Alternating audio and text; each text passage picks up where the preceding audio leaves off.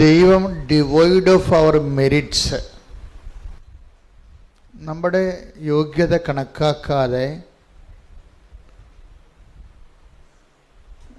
നമുക്ക് സങ്കല്പിക്കാൻ പറ്റാത്ത രീതിയിൽ വരെ ലിഫ്റ്റ് ചെയ്യുന്ന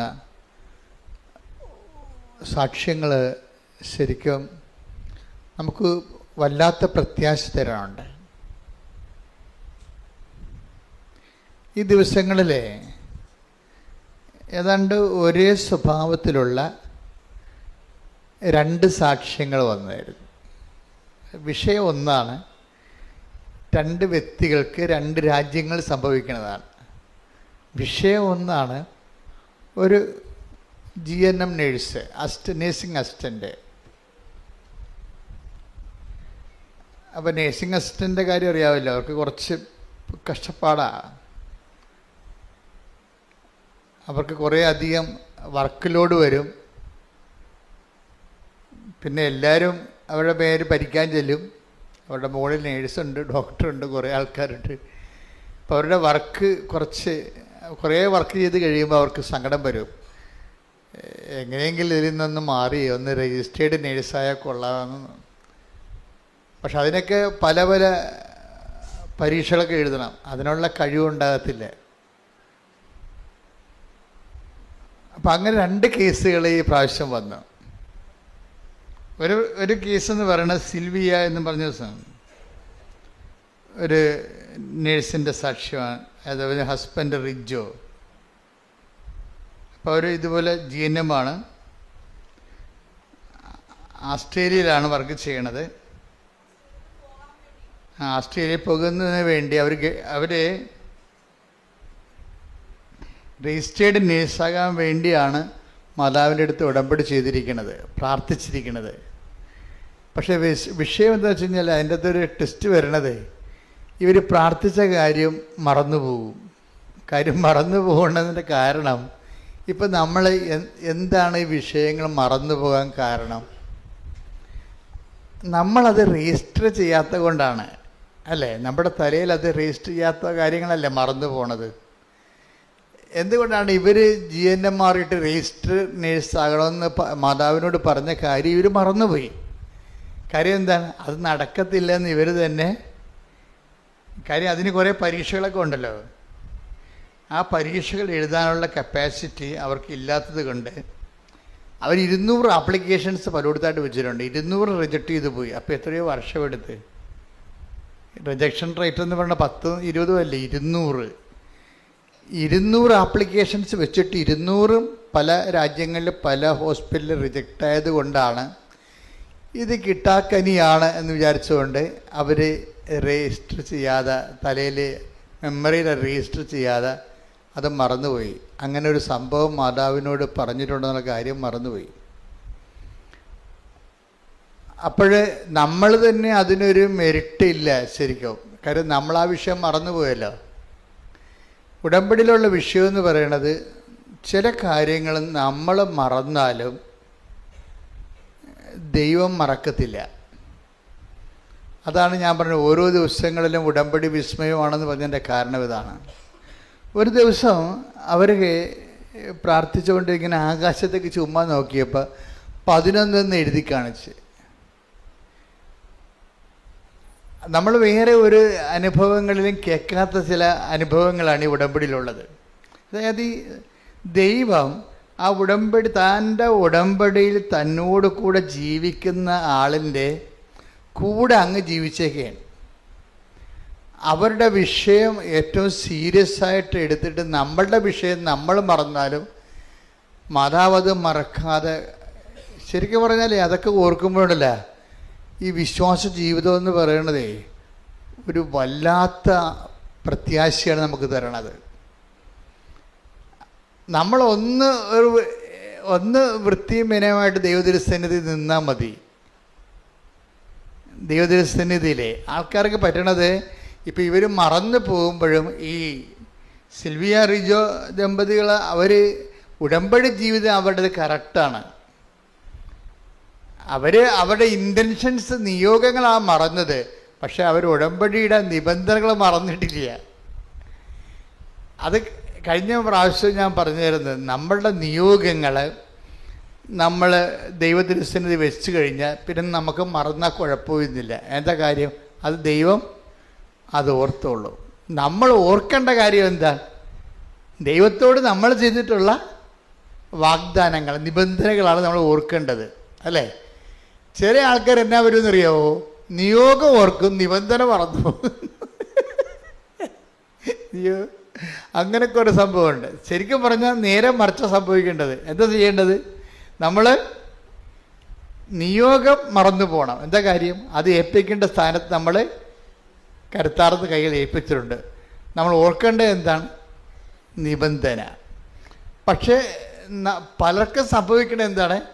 അവർ നിബന്ധന മറന്നു പോകും. എന്താ ഓർക്കണേ?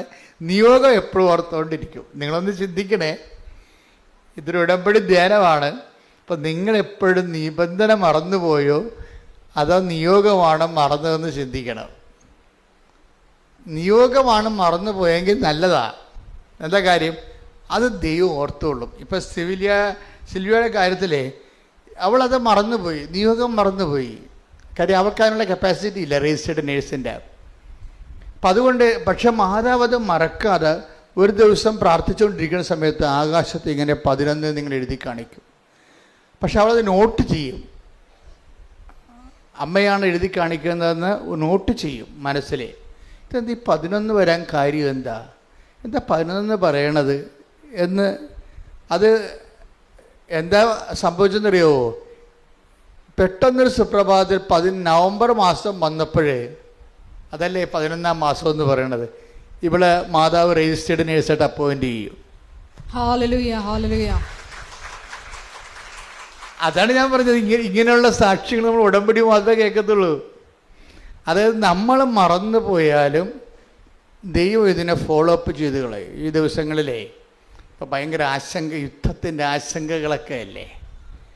അപ്പോൾ ഇസ്രയേലിൽ നിന്ന് കുറേ മിസൈൽ കൊണ്ടുവന്ന് ഇന്ത്യയിൽ ഇറക്കിയിട്ടുണ്ട്. അതെന്ത് മിസൈലാണെന്നറിയാമോ? അതായത് ഗൈഡഡ് മിസൈൽ ഉണ്ടായിരുന്നില്ല പണ്ട്, പ്രോഗ്രാം ചെയ്തിട്ട് ഒരു പാലമൊക്കെ ടാർഗറ്റ് ചെയ്യണമെങ്കിൽ ആ പാലത്തിലേക്ക് പോകാനുള്ള ദൂരവും അതിൻ്റെ റൂട്ടും ഒക്കെ കമ്പ്യൂട്ടറിൽ പ്രോഗ്രാം ചെയ്തിട്ട് ഗൈഡ് ചെയ്തു പോകും, GPS വഴി ട്രാക്ക് ചെയ്തു പോകും. അപ്പോൾ അതൊക്കെയാണ് കഴിഞ്ഞ യുദ്ധങ്ങളിലൊക്കെ ഉപയോഗിച്ചുകൊണ്ടിരുന്നത്. അപ്പം അതിൻ്റെ ഒരു കുഴപ്പമെന്ന് പറയണത്, GPS വർക്ക് ചെയ്തില്ലെന്നുണ്ടെങ്കിൽ ഇത് വർക്ക് ചെയ്യത്തില്ല, ദിശ മാറിപ്പോകും. അത് നെറ്റും കാര്യങ്ങളൊക്കെ കൃത്യമായിട്ട് വർക്ക് ചെയ്യുന്നില്ല എന്നുണ്ടെങ്കിൽ മിസൈൽ ലക്ഷ്യസ്ഥാനത്ത് എത്തത്തില്ല. ഇപ്പം ഇറക്കുമതി ചെയ്തിരിക്കുന്ന മിസൈൽ എന്താണ്? GPS വർക്ക് ചെയ്തില്ലെങ്കിലും ഇത് തന്നെത്താൻ തന്നെ ട്രാക്ക് ചെയ്തു പോകും. GPS-ൻ്റെ ആവശ്യമില്ല. ഈ ഉടമ്പടി ഏതാണ്ട് ഇതുപോലൊരു ഏർപ്പാടാണ്. അത് നമ്മൾ മറന്നു പോയാലും ദൈവം അത് ഓർത്തുകൊണ്ട് അതിൻ്റെ ലക്ഷ്യങ്ങളിലേക്ക് നമ്മളെ കൊണ്ടെത്തിക്കും. നമ്മൾ മറന്നു പോകാത്ത കാര്യം എന്താ? പോകരുതാത്ത കാര്യം എന്താണ്?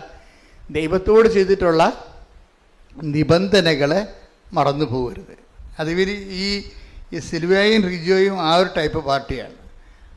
അതിൽ ദൈവത്തോട് ചെയ്ത വാഗ്ദാനങ്ങൾ, ഇത് ഭയങ്കര സീരിയസ് ആയിട്ട് നമ്മൾ ശ്രദ്ധിക്കേണ്ട കാര്യമാണ്. സീരിയസ് ആയിട്ട് എന്ന് വെച്ച് കഴിഞ്ഞാൽ നിയോഗങ്ങൾ നമുക്ക് മറക്കാം, പക്ഷേ നിബന്ധന നമ്മൾ മറന്നു പോകരുത്. കാര്യം എന്താണ്? അത് വിശ്വസ്തതയുടെ വിഷയമാണ്. ഉടമ്പടി എന്ന് പറയുന്നത് വിശ്വാസത്തിൻ്റെ വിഷയമല്ല. ഉടമ്പടി എപ്പോഴും ഓർത്തേക്കണം. ഇപ്പോൾ ആധ്യാത്മികത അല്ലെങ്കിൽ പ്രാർത്ഥന എന്ന് പറയുമ്പോൾ ഉടനെ ജനങ്ങൾ പറയുന്നത് എന്താണ്? അത് വിശ്വാസം, അവനവൻ്റെ വിശ്വാസമല്ലേ, അതവൻ്റെ ഉള്ളിലിരിക്കേണ്ടതല്ലേ എന്നൊക്കെ പറയും. പക്ഷേ ഇത് എപ്പോഴും ഓർക്കണം, ഉടമ്പടി വർക്ക് ചെയ്യണത് വിശ്വാസത്തിലല്ല, പിന്നെ എന്തിനാണ് വർക്ക് ചെയ്യണത്? വിശ്വസ്തതയിലാണ് വർക്ക് ചെയ്യണത്. ഇത് എനിക്ക് തോന്നുന്നത് ഈ നൂറ്റാണ്ട് മൊത്തം ജനങ്ങളെ പഠിപ്പിക്കേണ്ടി വരുമെന്നാണ്. കാര്യം നമ്മളെ പണ്ട് മുതലേ വിശ്വാസമല്ലേ എല്ലാന്നും പറഞ്ഞു പഠിച്ച് 2 സ്വർണ്ണക്കച്ചവടക്കാരൻ അവൻ്റെ സ്വർണ്ണം വിറ്റഴിക്കാൻ വേണ്ടി ഇപ്പോൾ ചെയ്ത് വരും. വിശ്വാസമല്ലേ അല്ല, വിശ്വാസമല്ല എല്ലാം. എന്താണ്? വിശ്വസ്തതയാണ് എല്ലാം. വിശ്വസ്തത എന്ന് പറഞ്ഞാൽ എന്താണ്? പെർസ്വയറിങ് ഫെയ്ത്താണ് വിശ്വസ്തത എന്ന് വെച്ച് കഴിഞ്ഞാൽ ഗ്യാപ്പില്ലാത്ത വിശ്വാസം. നമ്മൾക്ക് വരുന്ന വിഷയം, നിങ്ങൾക്ക് ഗ്യാപ്പ് ഉണ്ടെന്ന് ഞാൻ പറയണില്ല, പക്ഷേ നിങ്ങൾ ചില സമയത്ത് ഇതിൻ്റെ വോളിയം ഓഫ് വർക്ക് കുറഞ്ഞു വരും. ഈ ആഴ്ച ചെയ്ത ഒരു ഫെർവൻസ്, ഈ ആഴ്ച ചെയ്തൊരു തീഷ്ണത അടുത്ത ആഴ്ചയിൽ ഉണ്ടാകത്തില്ല. ഉടമ്പടി ശ്രദ്ധിക്കേണ്ട ഏറ്റവും വലിയൊരു വിഷയമാണത്. കാര്യം അതായത് വിശ്വസ്തതയായത് കാരണം വിശ്വസ്തതയ്ക്ക് നമ്മുടെ വോളിയം നമ്മൾ കീപ്പ് ചെയ്ത് പോകണം. എന്ന് വെച്ച് കഴിഞ്ഞാൽ വിശ്വസ്തയുടെ ഒരു തീവ്രതയുണ്ടല്ല, വിശ്വസ്തയുടെ തീവ്രത അത് നമ്മൾ കീപ്പ് ചെയ്ത് പോകണം. അതിൽ നിന്ന് വിശ്വസ്തത അല്പം കുറഞ്ഞാൽ അതിൻ്റെ അർത്ഥം ഈ റിലേഷനിൽ വന്നിരിക്കുന്ന നമ്മൾ വിഷയബന്ധിയാണെന്ന് വന്നു പോകും. അതാണ്, മനസ്സിലായില്ലേ? നമ്മുടെ വിശ്വസ്തത കുറഞ്ഞു പോയാൽ, ഇപ്പോൾ പ്രാർത്ഥനാ ജീവിതമായാലും പരസ്നേഹ പ്രവൃത്തികളായാലും, ഇപ്പോൾ നമുക്കറിയാമല്ലോ ഉടമ്പടിയിലുണ്ടായിരുന്ന ഒരു പ്രശ്നം എന്ന് പറഞ്ഞത്, കഴിഞ്ഞ ദിവസങ്ങളിലേ ഇവിടെ കഴിഞ്ഞ ദിവസത്തെ ഇന്നലെ ഈ 2 വിശുദ്ധന്മാരുടെയും തിരുനാൾ ഒരുമിച്ച് ആഘോഷിച്ച് സഭ എല്ലാ കൊല്ലവും ഉള്ളതാ. അപ്പോൾ റെഡ് ഉടുപ്പ്, 2 പേരും രക്തസാക്ഷികളായത് കാരണം റെഡ് ഉടുപ്പൊക്കെ ഇട്ടാണ് കുർബാന ചെല്ലണത്. അതായത് 2 അപ്പോസ്തലന്മാരാ. പക്ഷെ ഞാനത് ഈ അപ്പോസ്തലന്മാരുടെ പേര് സങ്കീർത്തി വന്നപ്പോൾ എന്നോട് പറഞ്ഞ് യാക്കോബിൻ്റെയും പീലിപ്പോസിൻ്റെയും തിരുനാളാണെന്നപ്പോൾ എനിക്ക് ചിരി വന്ന ഉടനെ എൻ്റെ ഉള്ളിൽ. എന്താ കാര്യം? ഈ 2 കക്ഷികളും 2 തരം ആധ്യാത്മികതയുള്ള ആൾക്കാരാണ്. ഉടമ്പടിയിലാണെങ്കിൽ ഇവരുടെ 2 പേരെയും ഉടമ്പടിയിൽ കണ്ടൻറ്റ് വൈസ് നമ്മൾ അഡോപ്റ്റ് ചെയ്തിട്ടുണ്ട്. യാക്കോബ് എന്തിൻ്റെ ആളാണെന്ന് വെച്ച് കഴിഞ്ഞാൽ, യാക്കോബ് പറയണത്, യാക്കോബിൻ്റെ കാലത്ത് ഈ സഭാ കൂട്ടായ്മയൊക്കെ ഉണ്ടാകും, ആദിമസഭയിൽ സഭാ കൂട്ടായ്മയൊക്കെ ഉണ്ടാകുമ്പോൾ കുറേ ആൾക്കാർ പാപ്പടരും ഉണ്ടാവും,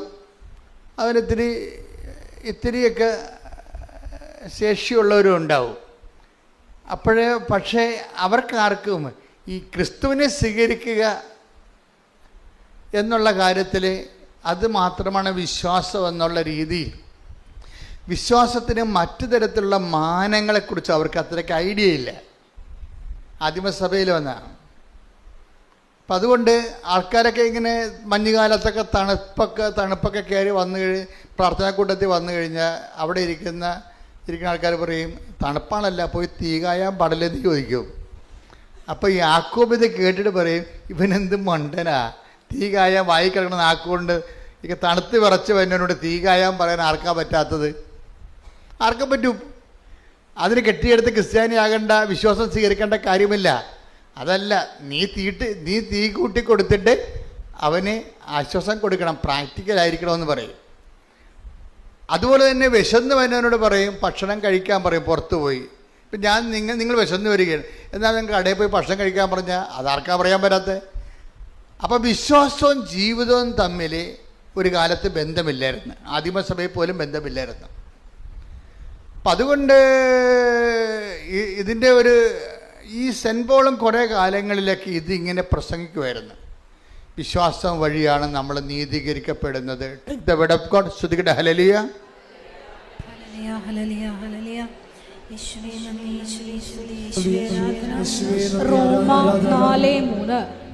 റോമാക്കാർക്ക് എഴുതിയ ലേഖനം അല്ല, അത് ആദ്യത്തെ ലേഖനമാണിത്. സുവിശേഷങ്ങൾ എഴുതണ മുമ്പ് എഴുതിയിട്ടുള്ള ലേഖനമാണ്. 55 കർത്താവ് മരിക്കണത് 32, അതുപോലെ തന്നെ അതിനുശേഷം 50, 18 ഈ 18, 5, 23 കൊല്ലം കഴിഞ്ഞപ്പോൾ എഴുതിയ പുസ്തകമാണ് ഈ റോമാക്കാരുടെ ലേഖനം. അപ്പം ആദിമസഭയുടെ ഒരു കാലമാണ്. അപ്പം അവിടെ എന്താ പറയുന്നത്? അപ്പോൾ എന്താ പറഞ്ഞിരിക്കുന്നത് വിശ്വാസത്തെക്കുറിച്ച്? പറഞ്ഞേ. അബ്രഹാം ദൈവത്തിൽ വിശ്വസിച്ചു. ഒന്ന് പറഞ്ഞേ. അബ്രഹാം ദൈവത്തിൽ വിശ്വസിച്ചു. അപ്പോൾ ആദിമസഭയുടെ ആദ്യകാലങ്ങളിലുള്ള വിശ്വാസത്തിന്റെ മാനങ്ങളൊക്കെ ഉണ്ടല്ലേ? എന്താണ്? അബ്രഹാം ദൈവത്തിൽ വിശ്വസിച്ചു. അത് അവന് നീതിയായി പരിഗണിക്കപ്പെട്ടു. അപ്പൊ വിശ്വസിച്ചാൽ മാത്രം മതി എന്നുള്ള രീതിയാണ്. വിശ്വസിച്ചാൽ മാത്രം മതി എന്ന് ഇത് പറഞ്ഞുകൊണ്ട് കുറേ നാളിങ്ങനെ പൗലോസ് നടക്കുമായിരുന്നു. കാര്യം വെച്ച് കഴിഞ്ഞാൽ പൗലോസിൻ്റെ ഉദ്ദേശം എന്ന് പറയണത് ഫസ്റ്റ് ടൈം ഗോസ്പല് കേൾക്കുന്ന ആൾക്കാരാണ്.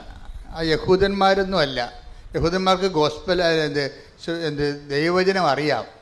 അപ്പോൾ ദൈവവചനം അറിയാൻ പാടില്ലാത്ത ആൾക്കാരാണ് റോമിലൊക്കെ ഉള്ളത് അന്നത്തെ കാലത്ത്. അപ്പോൾ അവരോട് പറഞ്ഞു, നിങ്ങൾ ജസ്റ്റ് ഫെയ്ത്ത്, ജസ്റ്റ് ബിലീവ് എന്ന് പറയും. ആൻഡ് ഗെറ്റ് സേവ്ഡ്, വിശ്വസിക്കുക രക്ഷ പ്രാപിക്കുക എന്ന് പറയും. അതാണ് ആദ്യകാലങ്ങളിൽ പറഞ്ഞുകൊണ്ട് നടന്നത്. പക്ഷേ യാക്കോബിൻ്റെ കാലം വന്നപ്പോൾ യാക്കോബ് പറഞ്ഞു, ഈ പൗലോസ് പറയണ അത്ര ശരിയല്ലല്ല. എന്താ കാര്യം? കർത്താവിൻ്റെ മൈൻഡ് സെറ്റ് അങ്ങനെ അല്ല. ഈ പൗലോസ് അപ്പോസ്തലൻ കർത്താവിൻ്റെ കൂടെ നടന്നിട്ടില്ലല്ലോ. അപ്പം കർത്താവിൻ്റെ കൂടെ നടന്നത് ആരാണ്? യാക്കോബാണ് നടന്നത്. അപ്പം യാക്കോബ് പറയും, ഈ കർത്താവിൻ്റെ കൂടെയുള്ള വിയർപ്പും ഗന്ധവും ഒക്കെ അറിഞ്ഞ ഞങ്ങളാ. കർത്താവിൻ്റെ കഥകൾ പറഞ്ഞിരിക്കുന്ന കഥകൾ കേട്ടതും ഞങ്ങളുടെ ജീവിതത്തിൽ തന്നെ ഉണ്ടായിരുന്ന പ്രശ്നങ്ങളൊക്കെ പരിഹരിച്ച സമയത്ത് ഇങ്ങനെ വിശ്വസിച്ചാൽ മാത്രം മതിയെന്ന് യേശു ഒരിക്കലും പറയത്തില്ല. യേശുവിൻ്റെ മൈൻഡ് സെറ്റ് അതല്ല, ഉള്ളിലിരിപ്പ് അതല്ല. അതിന് പത്രോസ് പറഞ്ഞു, ഞങ്ങളൊക്കെ കേട്ടിരിക്കുന്നത് സമറിയക്കാരുടെ കഥകളാണ്, അല്ലാതെ പൗലോസൊന്നും കേട്ടിട്ടില്ല കർത്താവിൻ്റെ വായിൽ നിന്ന്. ഞങ്ങൾ സമറിയക്കാരൻ്റെ കഥകൾ ഞങ്ങളോട് കർത്താവ് പറഞ്ഞിട്ടുണ്ട്. എന്താണ്? ഒരു സമറിയക്കാരൻ ഒരു വഴിയെ ഒരു യാത്ര ചെയ്തുകൊണ്ട് പോകുന്ന സമയത്ത് ഒരാൾ കള്ളന്മാരുടെ കയ്യിൽ അകപ്പെട്ട്, അതുപോലെ തന്നെ ഒന്ന് വായിച്ചാലോ, ലൂക്കാ 10:30. ഒരുവൻ ജെറുസലേമിൽ നിന്ന് ജെറീക്കോയിലേക്ക് പോവുകയായിരുന്നു. അവൻ കവർച്ചക്കാരുടെ കയ്യിൽ പെട്ടു. അവർ അവന്റെ വസ്ത്രങ്ങൾ ഉരിഞ്ഞെടുത്ത് അവനെ പ്രഹരിച്ച് അർദ്ധപ്രാണനാക്കിയിട്ട് പോയി കളഞ്ഞു. ഒരാളെ ഉപദ്രവിച്ചിട്ട് അയാളെ ഉള്ളതെല്ലാം കൊള്ളടിച്ചിട്ട് അയാളെ വഴിയരികെ തള്ളിയിട്ട് കള്ളന്മാർ പോയി. വായിച്ചോളൂ അടുത്തത്.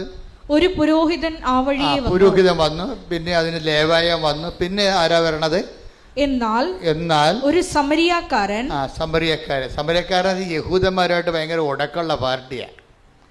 പക്ഷേ ഈ ഉടക്കുള്ള പാർട്ടി വരുമ്പോഴും ഉടക്ക് ഒന്നും മനസ്സിൽ വെക്കാതെ ഈയിടെ കിടപ്പ് കണ്ടപ്പോഴേ, അതാണ് വിഷയം. ഉടക്ക് നേരത്തെ ഇവർ തമ്മിൽ വംശീയമായ ഉടപ്പ്, സമുദായ ഉടക്കൊക്കെ ഉള്ള ആൾക്കാരാണ്. പക്ഷേ ഏത് സമുദായ ഉടക്കുണ്ടായാലും പരസ്പര വിരുദ്ധരായാലും സുവിശേഷം സ്വീകരിച്ചു കഴിഞ്ഞാൽ അത് മറന്നിട്ട് എന്താണ് ഒരു മനുഷ്യൻ്റെ ആവശ്യം അതനുസരിച്ച് അവനെ ആശ്വസിപ്പിക്കാനുള്ള ബാധ്യത വിശ്വാസിക്കുണ്ടെന്നാണ് ഈശോ പറഞ്ഞു വെച്ചത്. അല്ലേ? വായിച്ചേ. എന്നാൽ ഒരു സമരിയാക്കാരൻ യാത്രാമധ്യേ അവൻ കിടന്ന സ്ഥലത്ത് വന്നു. അവനെ കണ്ട് മനസ്സലിഞ്ഞ് വിശ്വാസിക്ക് ഉണ്ടാകേണ്ട ഒരു വിഷയം, ഒരു സങ്കടകരമായ അവസ്ഥ കണ്ടാൽ വിശ്വാസിക്ക് ഉണ്ടാകേണ്ട ആദ്യ പ്രകടനം എന്താണ്? അവനെ കണ്ട് മനസ്സലിയണം. അല്ലെങ്കിൽ പറവോൻ്റെ ഹൃദയം പോലെ കഠിനമായി കഴിഞ്ഞാൽ വിശ്വാസിയായിട്ടും വലിയ കഥയൊന്നുമില്ല. അതാണ് വിഷയം. സുവിശേഷം വളരെ സിമ്പിളാണ്. ഞാൻ നിങ്ങളോടും ഇതിനകത്ത് ഒത്തിരി ന്യൂ കമേഴ്സ് ഉള്ളത് കൊണ്ടാണ് ഞാൻ ഇങ്ങനെ സിമ്പിളായിട്ട് പറയണത്. കേട്ടോളൂ, വായിച്ചോളൂ. മനസ്സലിഞ്ഞ് അടുത്തു ചെന്ന് എണ്ണയും വീഞ്ഞും ഒഴിച്ച് അവന്റെ മുറിവുകൾ വച്ചുകെട്ടി തന്റെ കഴുതയുടെ പുറത്ത് കയറ്റി ഒരു സത്രത്തിൽ കൊണ്ടുചെന്ന് പരിചരിച്ചു. അടുത്ത ദിവസം അവൻ സത്രം സൂക്ഷിപ്പുകാരന്റെ കയ്യിൽ 2 ദനാറ കൊടുത്തിട്ട് പറഞ്ഞു, ഇവന്റെ കാര്യം നോക്കിക്കൊള്ളണം. കൂടുതലായി എന്തെങ്കിലും ചെലവാകുന്നെങ്കിൽ ഞാൻ തിരിച്ചു വരുമ്പോൾ തന്നുകൊള്ളാം. അപ്പൊ ഇതാണ് വിഷയം. ഒരു ബന്ധവുമില്ല, പരസ്പര ശത്രുത ഇരുന്നൊരു സമുദായമാണ്. എന്നിട്ട് പോലും അവന് അടിപെട്ട് പോയാൽ അവനെ താങ്ങിക്കൊണ്ടുപോയി പരിചരിച്ചിട്ട് അതിന് എക്സ്ട്രാ വരുന്ന ചിലവുകളും ഇവൻ്റെ കാര്യം നോക്കിക്കൊള്ളണമെന്നാണ് പറഞ്ഞത്. അതാണ് അതിൻ്റെ ഏറ്റവും മനോഹരമായ വാക്ക്. എന്താണ് ഇവൻ? ആ വചനം ഏതാ? നമ്പർ വായിച്ചു. ലൂക്കാ 10:35. ലൂക്കാ 10:35 ഇതിൻ്റെ ഒരു സൗന്ദര്യം എന്ന് പറയണത്. എന്താണത്? ഇവൻ്റെ കാര്യം ഇവന്റെ കാര്യം നോക്കിക്കൊള്ളണം. അപ്പൊ വിശ്വാസം എന്ന് പറഞ്ഞത് എന്താണ്? വിശ്വാസം ഈശോ എന്താ പറഞ്ഞു വെക്കണത്? എബ്രഹാം വിശ്വസിച്ച് നീതിയായി പരിഗണിച്ചു എന്നല്ല പറയണത്.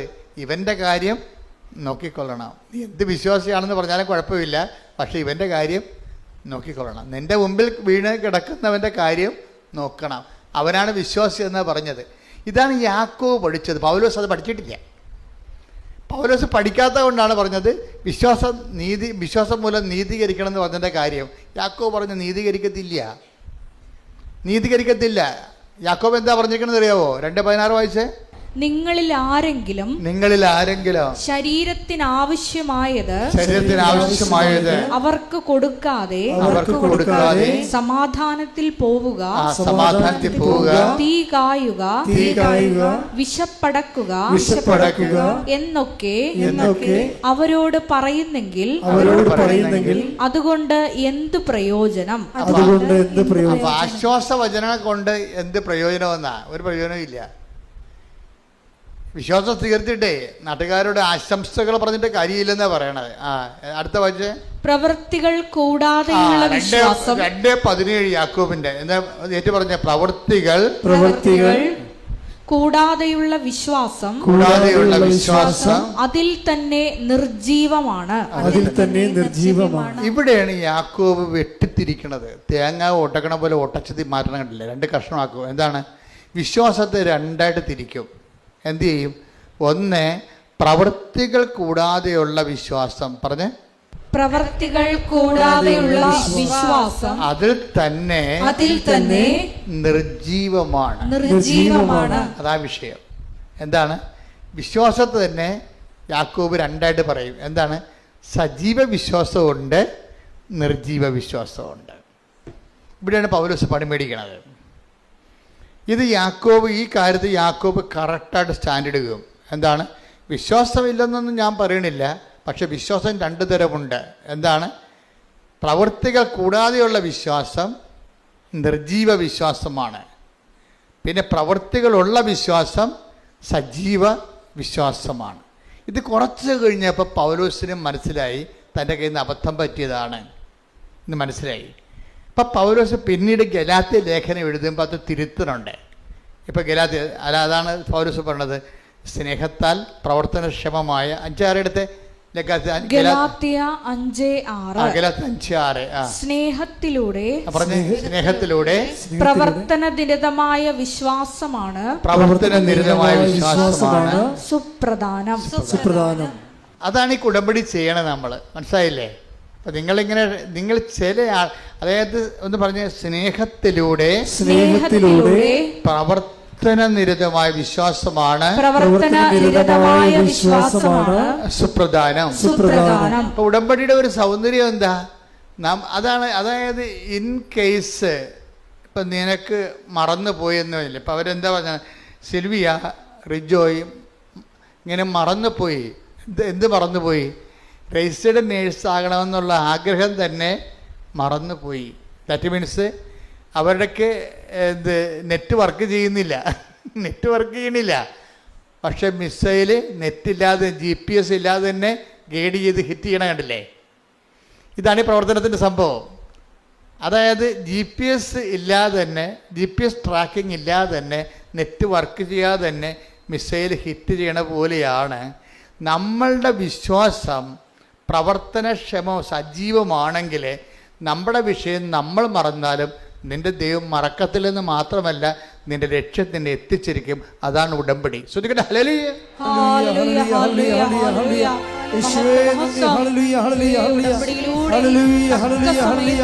ഞങ്ങൾ ഉയർത്തുന്ന അവിടുത്തെ കാരുണ്യത്തിന് നന്ദി പറയുന്നു. Hallelujah, hallelujah. വിശ്വാസി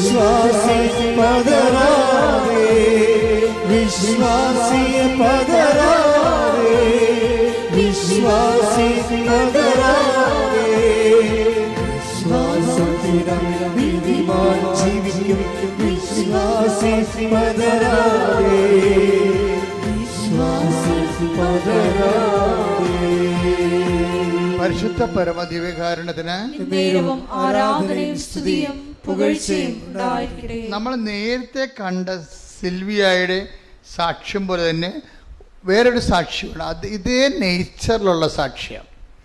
ആ സാക്ഷ്യം എന്ന് പറയുന്നത് ഡയാനയുടെ സാക്ഷ്യമാണ്. ഡയാന അലക്സ്, ഇവർ ദമ്പതികളാണ്. നിങ്ങൾ ഈ സാക്ഷ്യം പറയുമ്പോഴേ എല്ലാവരും തന്നെ ദൈവസ്നേഹമുള്ളവരെല്ലാവരും തന്നെ ഭർത്താവും ഭാര്യയും, ചിലപ്പോൾ ഭർത്താവ് വെറുതെ നിൽക്കുകയുള്ളൂ, പക്ഷേ അയാളെ കയറും, കുഞ്ഞുങ്ങളെയുമായിട്ട് കയറും. എന്താണ്? അവർക്കറിയാം ദൈവത്തെ സഭയിൽ മഹത്വപ്പെടുത്തുകയാണെന്നറിയാം. അവരെന്ത് സന്തോഷത്തോടെയാണ് അതൊക്കെ ചെയ്യണത്.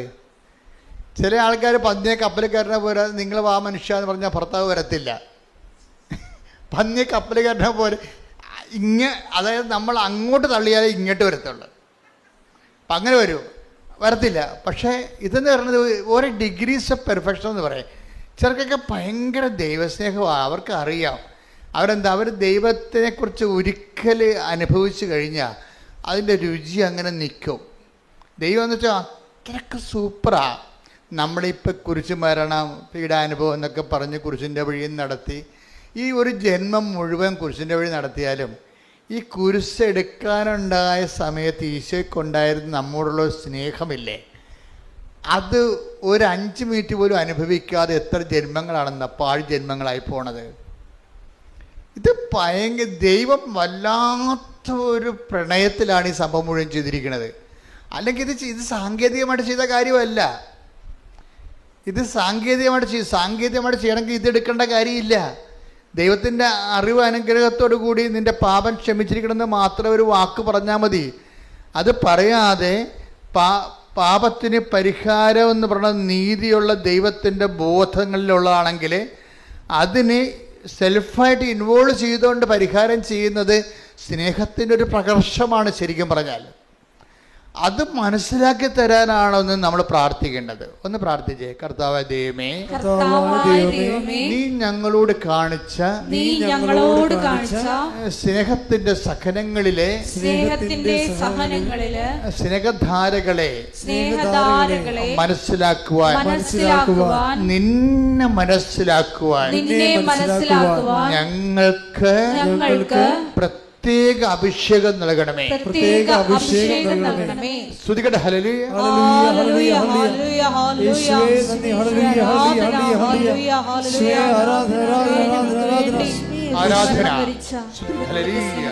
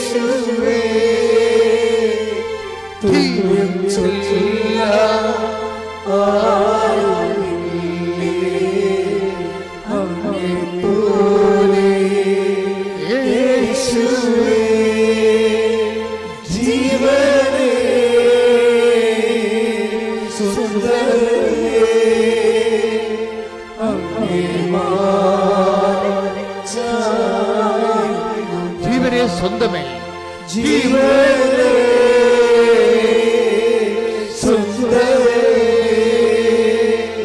സ്വന്തമേ,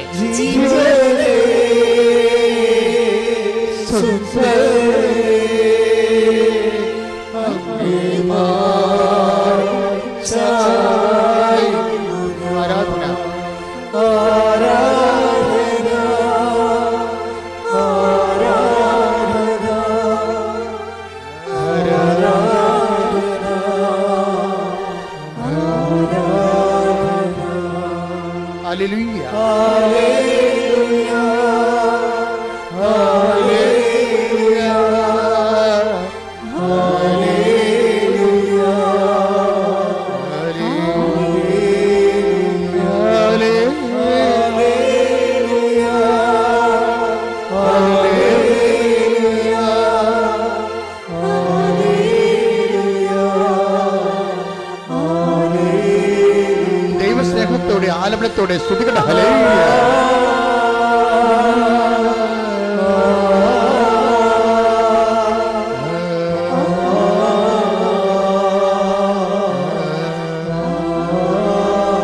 ആലംബനത്തോടെ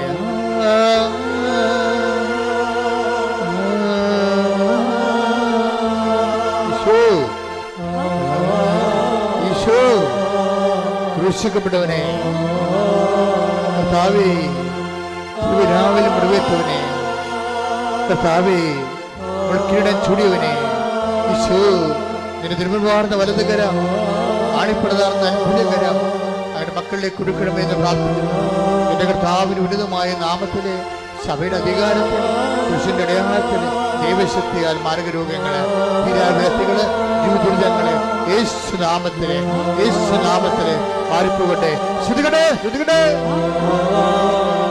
ശ്രുതികട്ടെ.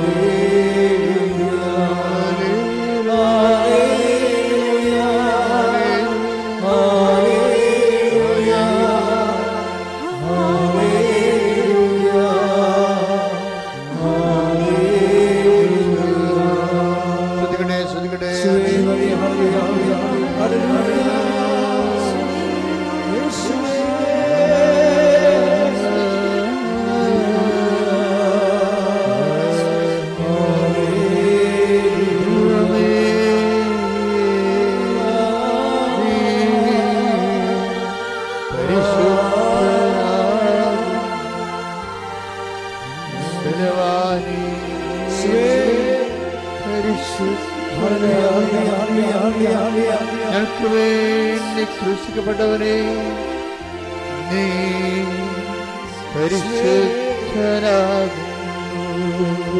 ദൈവമേ, നീ പരിശുദ്ധനാകുന്നു. ബലവാനേ, നീ പരിശുദ്ധനാകുന്നു. ഞങ്ങൾക്ക് വേണ്ടി ക്രൂശിക്കപ്പെട്ടവനെ, നീ പരിശുദ്ധനാകുന്നു. ഞങ്ങൾക്ക് വേണ്ടി തിരുവിടാൽ മുറിവേറ്റവനെ, നീ പരിശുദ്ധനാകുന്നു. ഞങ്ങൾക്ക് വേണ്ടി മുൾക്കിടം ചൂടിയവനെ, നീ പരിശുദ്ധനാകുന്നു. ദൈവമേ, നീ പരിശുദ്ധനാകുന്നു.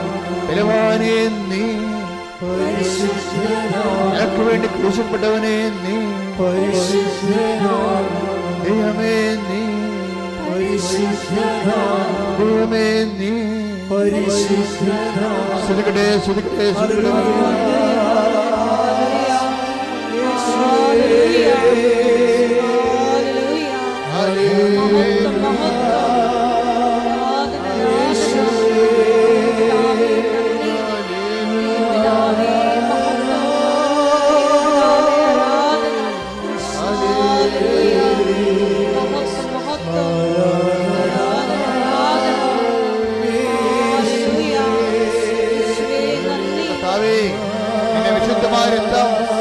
വിശുദ്ധമായ രക്തം അങ്ങനെ മക്കളിലേക്ക് തളിക്കണമേ. കർത്താവേ, നിന്റെ വിശുദ്ധമായ രക്തം അങ്ങനെ മക്കളിലേക്ക് തളിക്കണമേ. മാരകരോഗങ്ങള്, തീരാവേദികള്, ജീവിതങ്ങള്, ജീവിത തടസ്സങ്ങള്, യേശു ക്രിസ്തുവിന്റെ രക്തം സകല പാപങ്ങളിൽ നിന്ന് മോചിക്കുന്ന കർത്താവായ യേശു ക്രിസ്തുവിന്റെ വിശുദ്ധ രക്തം നിന്റെ സർവ്വ പാപങ്ങളിൽ നിന്ന്, രോഗങ്ങളിൽ നിന്ന് മോചിക്കട്ടെ. ശ്രുതികട്ടെ ശ്രുതികട്ടെ.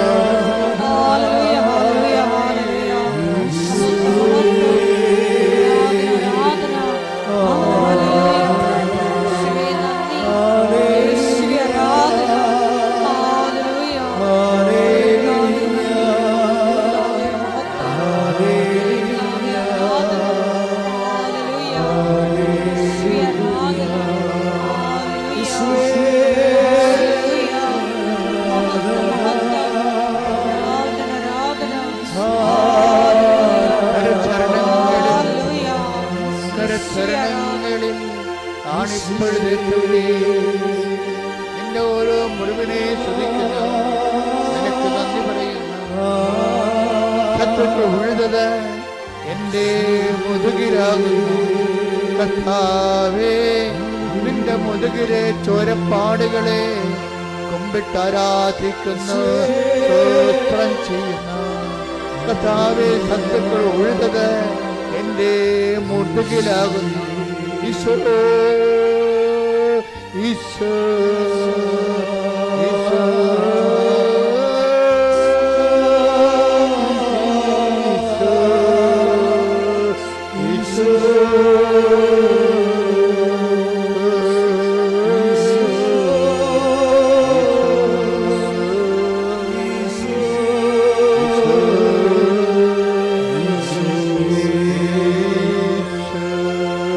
ശത്രുക്കൾ ഉഴുന്നത് എന്റെ മുതുകിലാണ്.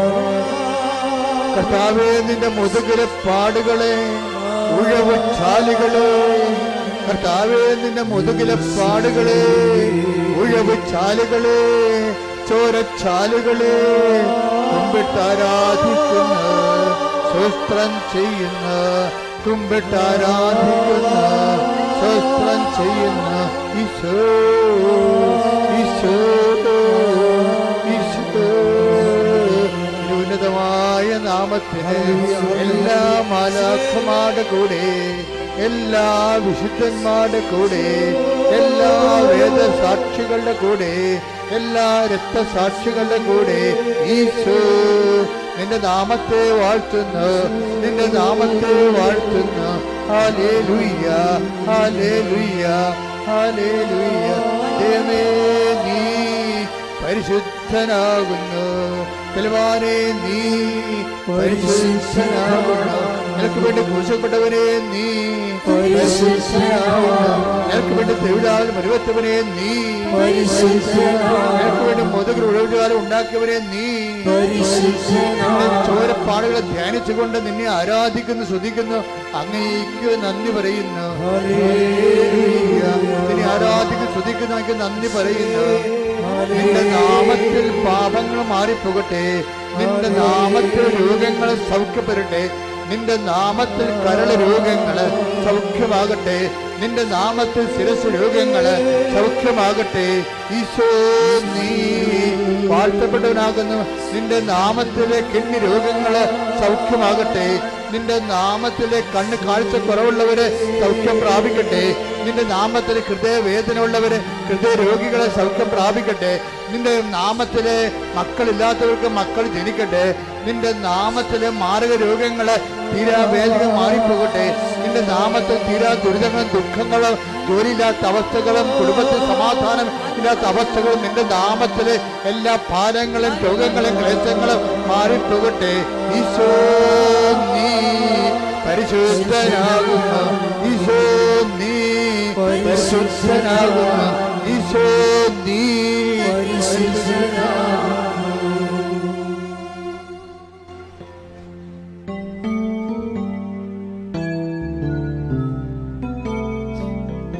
ചില കാര്യങ്ങൾ താമസിക്കുമെന്ന് ഈശോ പറയുന്നുണ്ട്, പക്ഷെ ഡിസംബർ കഴിഞ്ഞ് പോകത്തില്ലെന്ന് ഈശോ പറയുന്നുണ്ട്.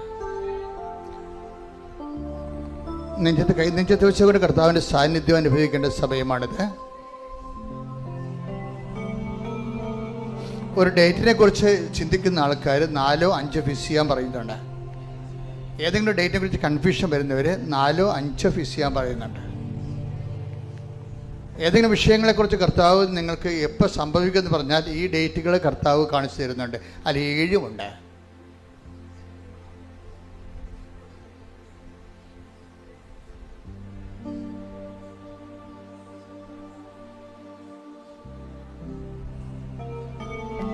ശരീരത്തിൻ്റെ ഒരു ഭാഗമുണ്ട്, അത് വളരെ സോഫ്റ്റായിട്ടുള്ള ഭാഗമായിരുന്നു, പക്ഷെ അതിപ്പോഴും കല്ലുപോലെ ഇരിക്കുകയാണ്.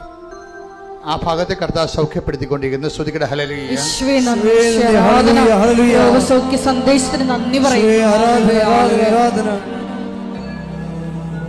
ചില ഭാഗങ്ങളിൽ ഇങ്ങനെ പച്ച ഞരമ്പുകൾ ഓടിയിട്ട് അലർജി പോലെ കാണുന്നുണ്ട്.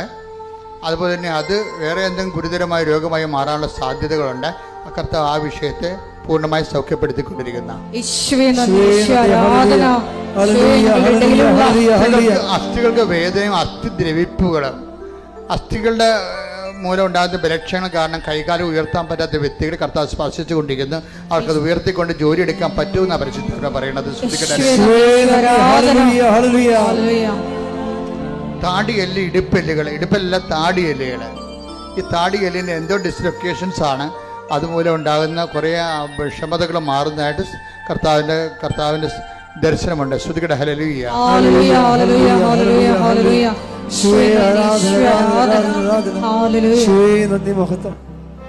വലത് കക്ഷം ഉയർത്തുമ്പോൾ ആ കക്ഷത്തിൻ്റെ അവിടെ ഒരു മുഴ പോലെ ഇങ്ങനെ കാണും. നമ്മൾ സാധാരണ കാണുന്ന എല്ലിൻ്റെ മുഴയല്ല, അല്ലാത്ത മുഴ. കർത്താവ് സുഖപ്പെടുത്തുന്നതായിട്ട് മെസ്സേജ് ഉണ്ട്.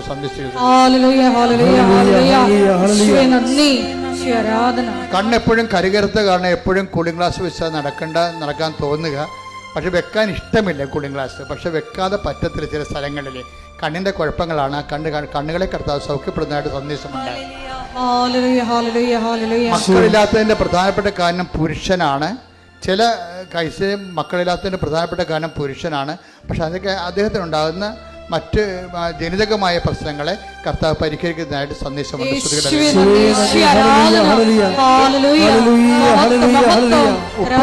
ഉപ്പുകുറ്റി കുത്താൻ പറ്റാത്ത അവസ്ഥയിൽ ഇങ്ങനെ എല്ലുന്തിയതുപോലെയോ അല്ലെങ്കിൽ എന്തോ ബലക്ഷയം പോലെയാണ്. ഉപ്പുകുറ്റി കുത്താൻ പറ്റുന്നില്ല, വലത് ഉപ്പുകുറ്റി ഇങ്ങനെ. അതുകൊണ്ട് ഈ കാലിൻ്റെ മടന്ത അല്ലെങ്കിൽ തള്ളവിരലിൻ്റെ ഭാഗം കുത്തിയാണ് പലപ്പോഴും നടക്കുന്നത്. ആ വ്യക്തിയും കർത്താവ് സ്പർശിച്ചു കൊണ്ടിരിക്കുന്നു. ശ്രുതികടല്ലേ. ഞരമ്പുകൾ ഇങ്ങനെ പാമ്പ് ഇരവിഴങ്ങിയതുപോലെ ചില ഞരമ്പുകൾ ഇങ്ങനെ ബൾജ് ചെയ്തിരിക്കുന്നുണ്ട്. പാമ്പ് ഇരങ്ങി വിഴുങ്ങിയ പോലെ തോന്നുന്നു. ആ ചില ഭാഗങ്ങൾ ഇങ്ങനെ ബൾജ് ചെയ്തിട്ടുണ്ട്. ആ വ്യക്തിയെ കർത്താവ് സൗഖ്യപ്പെടുന്നതായിട്ട് മെസ്സേജ് ഉണ്ട്. ശ്രുതികടല്ലേ.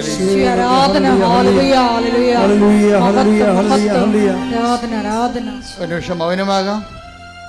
കർത്താവിൻ്റെ സാന്നിധ്യത്തെ വ്യക്തിപരമായ ആവശ്യങ്ങൾ പ്രാർത്ഥിക്കേണ്ട സമയമാണിത്. ദൈവത്തിൻ്റെ ചൈതന്യവും ശക്തിയും നിറഞ്ഞു നിൽക്കുന്ന സമയമാണ്. എവിടെയാണ് നിങ്ങൾക്ക് രോഗമുള്ളത് അവിടെയെല്ലാം കൈകൾ വെച്ചുകൊണ്ട് നിങ്ങളെ വിശ്വാസ പ്രമാണം ചൊല്ലിക്കൊണ്ട് ഈ ദൈവികമായ നിറവിൻ്റെ നിമിഷങ്ങളെ കർത്താവിൻ്റെ തിരുസ്ഥ മാതാവിൻ്റെ മധ്യസ്ഥതയിൽ സ്വീകരിക്കുക. ദൈവസ്നേഹത്തിൽ നിറയുക.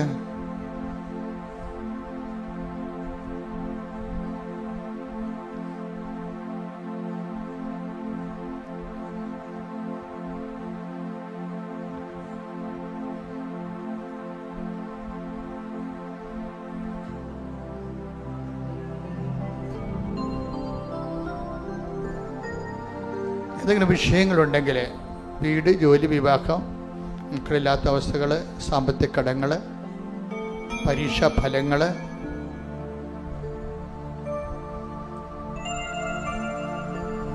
എഴുതാനുള്ള പരീക്ഷകൾ, ഇൻ്റർവ്യൂകൾ, അതിൻ്റെ റിസൾട്ട് പ്രതീക്ഷിക്കുന്നവർ ആ വിഷയം ഇപ്പോൾ സമർപ്പിച്ച് പ്രാർത്ഥിക്കേണ്ടതാണ്.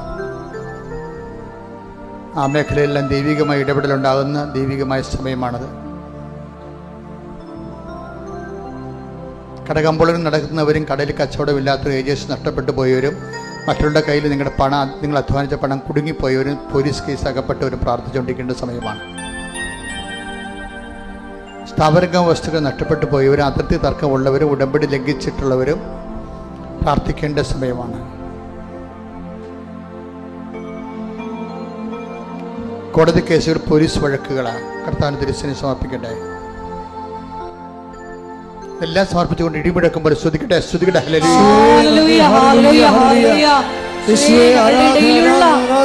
ജീവിക്കുന്ന സാന്നിധ്യത്തിന് നന്ദി പറയുന്നു. ഹല്ലേലൂയ, ഹല്ലേലൂയ. മഹത്വം, മഹത്വം. ഹല്ലേലൂയ, ഹല്ലേലൂയ, ഹല്ലേലൂയ. യേശുവേ നന്ദി, യേശുവേ ആരാധന. ഹല്ലേലൂയ. മഹത്വം, മഹത്വം. ആരാധന, ആരാധന. ഹല്ലേലൂയ.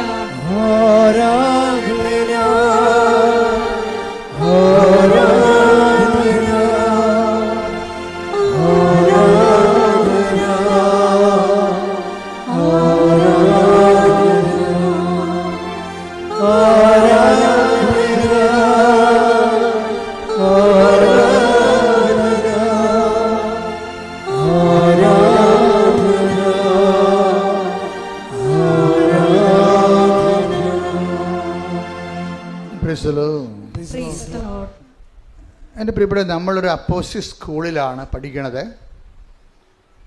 ഉടമ്പടിയുടെ ഒരു ഭാഗമാണ് നമ്മൾ കണ്ടത്. എന്താണ്? പ്രവൃത്തികൾ മൂലമുള്ള വിശ്വാസമാണ് എന്താണ്?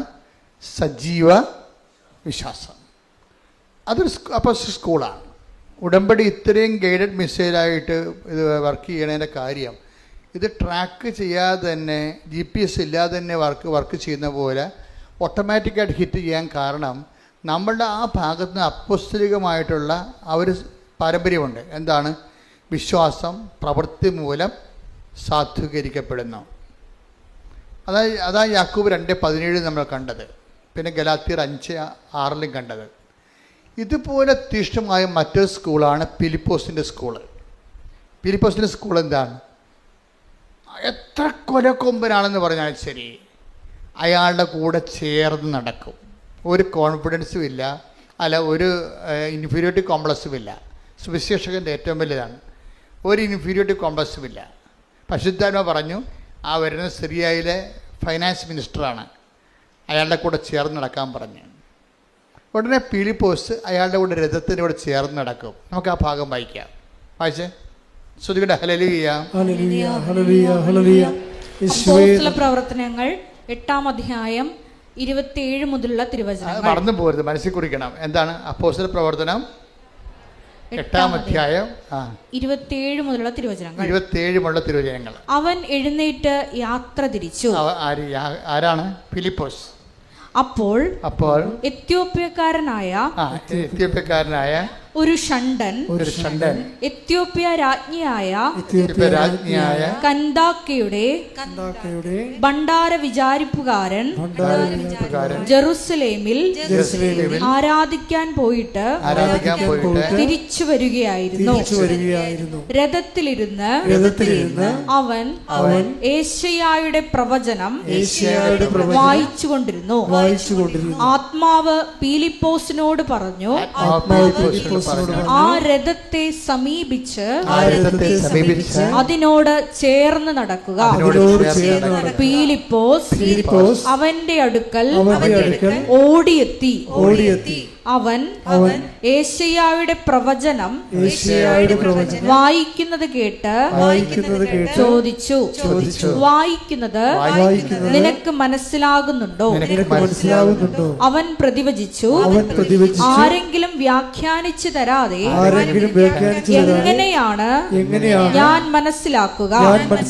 രഥത്തിൽ കയറി തന്നോട് കൂടെ ഇരിക്കാൻ ഫിലിപ്പോസിനോട് അവൻ അപേക്ഷിച്ചു. അതായത് ഫിലിപ്പോസ് കണ്ടില്ലേ, ഫിലിപ്പോസിന് ഒരു നോട്ട് കിട്ടിയപ്പോൾ തന്നെ ഫിലിപ്പോസിനോട് എന്താ പറഞ്ഞത്? ആ രഥത്തിലൂടെ പോകുന്നത് ഫൈനാൻസ് മിനിസ്റ്ററാണ് എത്യോപ്യയിലെ.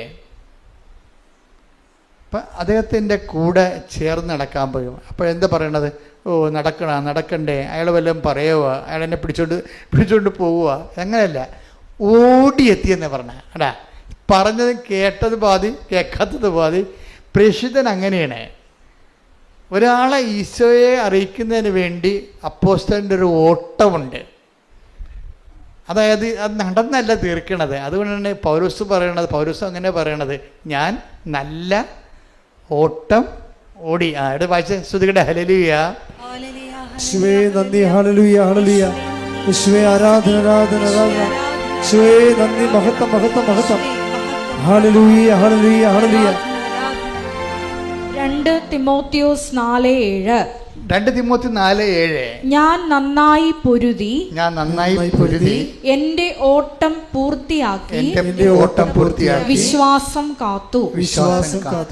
അപ്പം അത് അപ്പോസ്തലൻ്റെ ഒരു ഫെർവൻസാണ്. അതായത് ആരെ കണ്ടാലും അവരെ ക്രിസ്തുവിനെ അവർക്ക് കൊടുക്കാൻ വേണ്ടി നമ്മൾ ഒരു തീഷ്ണത. ഇത് നമ്മൾ, എനിക്ക് തോന്നുന്നത് ഉടമ്പടി എടുത്തു കഴിയുമ്പോൾ ഈ 2 കാര്യത്തിലാണ് നിങ്ങൾ പ്രാർത്ഥിക്കേണ്ടത്. എന്താണ്? എനിക്ക് അപ്പോസ്തല പ്രേക്ഷിതരായ മറ്റുള്ളവർ കർത്താവിന് കൈമാറാൻ വേണ്ടി ഫിലിപ്പോസിനെ പോലെ പൗലോസിനെ പോലെ എനിക്ക് ഓട്ടത്തീഷ്ണത നൽകണമെന്ന് പറയുന്നത്. ഓടിച്ചെന്ന്, അതായത് ചില ആൾക്കാരൊക്കെ പത്രം കൊടുക്കാനൊക്കെ താമസിക്കത്തില്ലേ, അല്ലേ? 30 പത്രം 30 ദിവസം കൊണ്ടല്ലേ കൊടുക്കണത്. അത് ആർക്ക് കൊടുക്കുമെന്ന് അറിയാൻ പറ്റില്ല. അന്ധന്മാരെ പോലെ ഇങ്ങനെ വടിയും കൊണ്ട് കുത്തിറക്കുന്ന ആൾക്കാരെ പോലെ അല്ലേ ചില ആൾക്കാർക്ക് കൊടുക്കണം. അങ്ങനെയല്ല, ചില ആൾക്കാർ അവരുടെ കയ്യിരിക്കണം കൊടുക്കും. പിന്നെ എന്താണ്, വല്ല പള്ളികളിലും അതവിടെ ഇരിക്കുന്നുണ്ടെങ്കിൽ അവർക്കറിയാം അത് വായിച്ചാൽ തന്നെ ഈ മാസം കർത്താവ് ചെയ്ത ഫ്രഷായിട്ടുള്ള പ്രവർത്തനങ്ങളാണ്. പിന്നെ പത്താത്മ കുറിപ്പാണ്. അതെന്താണ്? അച്ഛൻ്റെ ഇപ്പോൾ ഈശോ പറഞ്ഞുകൊണ്ടിരിക്കണില്ലേ, ഇതാണ് ഈ അടുത്ത മാസം നമുക്ക് പത്താത്മ കുറിപ്പായിട്ട് വരണത്. അപ്പോൾ ഒന്ന് ദൈവവചനവും മറ്റ് ദൈവവചനം ആപ്ലിക്കേറ്റ് ചെയ്തിട്ടുള്ള അടയാള സാക്ഷ്യങ്ങളുമാണ് വരണത്. അതുകൊണ്ട് തന്നെ വെന്ത ബൈബിളാണ് ഈ വരണത്. അപ്പോൾ ആ ഒരു ബോധമുള്ളവൻ ഇത് മറ്റുള്ളവർക്ക് കൊടുക്കും. ഇപ്പം ഞങ്ങൾക്ക് ആ ഒരു തിഷ്ണത ഇപ്പോൾ ഇവിടെ ഒരു തിഷ്ണത ഉള്ളത് കൊണ്ടാണ് 22 ഭാഷയിൽ ഈ പത്രം ഉള്ളത്. 22 ഭാഷയിൽ കൃപാസന പത്രമുള്ളത് എന്താണ്? കർത്താവിനെ അറിയാത്തവരെ അറിയിക്കണം, അറിഞ്ഞവരെ ആഴപ്പെടുത്തണം. ഇത് നമ്മൾ ലക്ഷ്യമാക്കണം. നിങ്ങളിപ്പോൾ എന്താ പ്രശ്നം? നിങ്ങൾ പച്ചത്തിരി നീലത്തിലേക്ക് കത്തിക്കുമ്പോഴും നിങ്ങളവിടെ ലക്ഷ്യമാക്കണത് എന്താണ്? നിങ്ങളുടെ വിസ ഒന്നുകൂടി നീട്ടിക്കിട്ടണം, അല്ലെങ്കിൽ വസ്തു വിറ്റ് കിട്ടണം. അങ്ങനെയുള്ള ഇപ്പോൾ ആദ്യ കാലങ്ങളിലൊക്കെ അങ്ങനെയായ ദൈവം ക്ഷമിക്കും. ഉടമ്പടി പുതുക്കിയിട്ടും ആ കച്ചവടം തന്നെയാണെങ്കിൽ നടക്കത്തില്ല ഈ പരിപാടി. ഉടമ്പടി പുതുക്കി കഴിഞ്ഞിട്ട് നീ പ്രേക്ഷിത പ്രവർത്തനത്തെ പുരോഗമിച്ചില്ല, അതുപോലെ വിശ്വാസത്തിൻ്റെ പ്രവർത്തികൾ മൂലം വിശ്വാസം സജീവമാക്കിയില്ല എന്നുണ്ടെങ്കിൽ ഉടമ്പടി നിരങ്ങാൻ സാധ്യതയുണ്ട്. ഓട്ടമല്ലവരാണ്, പിന്നെ നിരങ്ങാൻ പോകും.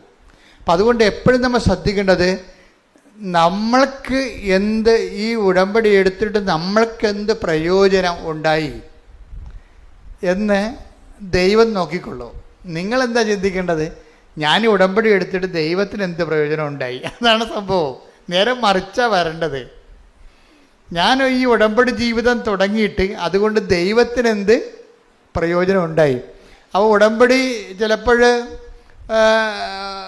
ചിലപ്പോൾ സിൽവർ ഗ്രേ വരെ വന്നായിരിക്കും, പക്ഷെ ദൈവത്തിനുള്ള പ്രയോജനം വളരെ ചുരുക്കമായിരിക്കും. അവരെപ്പോഴും ആന്തി നടക്കണത് അവർക്കെന്ത് പ്രയോജനം ഉണ്ടായി, അവർക്കെന്ത് പ്രയോജനം ഉണ്ടായെന്നാണ്. ഇപ്പം ദൈവത്തിനാണ് എന്ത് പ്രയോജനം ഉണ്ടായെന്ന് നമ്മൾ ചിന്തിക്കുന്നിടത്താണ് ദൈവസ്നേഹം ഉള്ളവരാണ് അങ്ങനെ ചിന്തിക്കുന്നത്. നിങ്ങൾക്ക് മാത്രം എന്ത് പ്രയോജനം ഉണ്ടായെന്ന് ചിന്തിച്ചു കഴിഞ്ഞാൽ നിങ്ങൾക്ക് നിങ്ങളുടെ വിഷയങ്ങളുള്ള സ്നേഹമാണ്, ദൈവത്തോടുള്ള സ്നേഹം അല്ല. അപ്പോൾ ആ ഒരു ലെവലിൽ നിങ്ങൾ വളർന്നിട്ടില്ലെന്ന് എൻ്റെ അർത്ഥം. 5 പുതുക്കി എനിക്കെന്ത് പ്രയോജനം ഉണ്ടായി? എനിക്ക് കിട്ടിയിട്ടുള്ള കുറേയൊക്കെ അനുഭവങ്ങൾ കിട്ടി, കുറേയൊക്കെ അടയാളം കണ്ട്, ഞാൻ സാക്ഷിയൊക്കെ പറഞ്ഞതാണ്. ഇങ്ങനെ ആണ് ആൾക്കാർ ചിന്തിക്കുന്നത്. അങ്ങനെയല്ല, മറിച്ച് ദൈവത്തിന് എന്ത് പ്രയോജനം ഉണ്ടായി? ദൈവത്തിന് പ്രയോജനം ഉണ്ടായതായിട്ട് ദൈവത്തിന് തോന്നിക്കഴിഞ്ഞാൽ പിന്നെ ഇതിന് GPS ആവശ്യമില്ല. നെറ്റ്വർക്കില്ലാതെ തന്നെ ഈ സാധനം ഹിറ്റ് ചെയ്യും.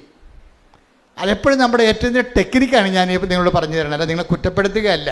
എന്താണ് ഇതിന് ടെക്നിക്കാണ്? അതായത് ഈ ഉടമ്പടി ജീവിച്ചിട്ട് ദൈവത്തിന് എന്ത് പ്രയോജനം ഉണ്ടായി? ഞാൻ മൂലം എത്ര പേര് ഉടമ്പടി ജീവിതത്തിലോട്ട് വന്നു? ചിലർക്ക് പത്രം കൊടുത്തിട്ട് പോരും, ചിലർ അങ്ങനെയല്ല. അവർ എണ്ണിയിരിക്കുകയാണ്. 100, 110, 150, 200 അങ്ങനെ എണ്ണിയിട്ടുണ്ടവർ. എന്താണ്? അവർ മൂലം ഉടമ്പടി ജീവിതത്തിലൂടെ വന്ന ആൾക്കാരുടെ എണ്ണമാണത്. നിങ്ങൾ ചിലപ്പോൾ ഇതുപോലെയുള്ള സുവിശേഷ വേല ചെയ്യും, പക്ഷേ നിങ്ങളത് കിട്ടി അത് ആരെങ്കിലും വന്ന് കാണുമായിരിക്കും. അപ്പോൾ അതിനെ അത്ര കണ്ട് ഇൻട്രസ്റ്റ് കാണിക്കത്തില്ല. അപ്പോൾ അതെന്ന് വെച്ചാൽ ഇതിൻ്റെ പുറകെ നടക്കണം. അതാണ് ആ ബൈബിളിനകത്ത് എഴുതി. പീലിപ്പോസ് 2 കാര്യം ചെയ്തു. എന്താണ്? ഓടി വന്നു, പിന്നെ എന്താണ്? രഥത്തിൻ്റെ ഒപ്പം നടന്നു. അതാണ് വിഷയം. 2 കാര്യങ്ങളാണ് അവിടെ നിന്ന് ചെയ്യേണ്ടത്, പ്രേക്ഷിത പ്രവർത്തനം ചെയ്യേണ്ടത്. ഒരാളെ കണ്ടെത്തി കഴിഞ്ഞാൽ അവനെ ഫോളോ ചെയ്യാൻ നമ്മൾ താമസിക്കരുത്. രണ്ടാമത്തത് എന്താണ്? ഓടി വരണം. പിന്നെ എന്ത് ചെയ്യണം? ചേർന്ന് നടക്കണം. ചേർന്ന് നടക്കുമ്പോൾ ഇടയ്ക്ക് നമ്മളൊക്കെ വിളിച്ച് ചോദിക്കുകയും കുറിച്ചങ്ങനെ അന്വേഷിക്കുകയും അവിടെ പ്രാർത്ഥനാ വിഷയം ഏറ്റെടുത്ത് പ്രാർത്ഥിക്കുകയും ചെയ്യണം. ഇപ്പോൾ എല്ലാവർക്കും കൃപാസനത്തിൽ വിളിക്കാൻ പറ്റുമോ? കിട്ടത്തില്ല. ഞങ്ങൾ 800 ഫോൺ അറ്റൻഡ് ചെയ്യുന്നുണ്ട് ഇവിടെ ഒരു ദിവസം. 800 ഫോൺ വിളിക്കണത് ആരാണ്? വിളിക്കണത് 2000 പേര് വിളിച്ചിട്ടാണ് നമുക്ക് 800 ഫോൺ അറ്റൻഡ് ചെയ്യാൻ പറ്റേണ്ടത്. അപ്പം അതിൻ്റെ ബാക്കി എന്ത് ചെയ്യണം? നിങ്ങൾ തന്നെ ആയിരിക്കണം നിങ്ങൾ കണ്ടെത്തുന്ന വ്യക്തികളുടെ സ്പോൺസറായി എന്നുകൊണ്ട് നിങ്ങൾ അവരെ ഫോളോ ചെയ്ത് പ്രാർത്ഥിക്കണം. മനസ്സിലായില്ലേ? നിങ്ങളുടെ സൽപ്രവൃത്തികളും നിങ്ങളുടെ സുവിശേഷ പ്രവർത്തനങ്ങളും എല്ലാം അവരെ കൂടി കവർ ചെയ്തുകൊണ്ട് പ്രാർത്ഥിക്കണം. അതുകൊണ്ടേ ഒന്ന് സ്തുതിച്ച മക്കളെ. യേശുവേ സ്തോത്രം. ഹല്ലേലൂയ.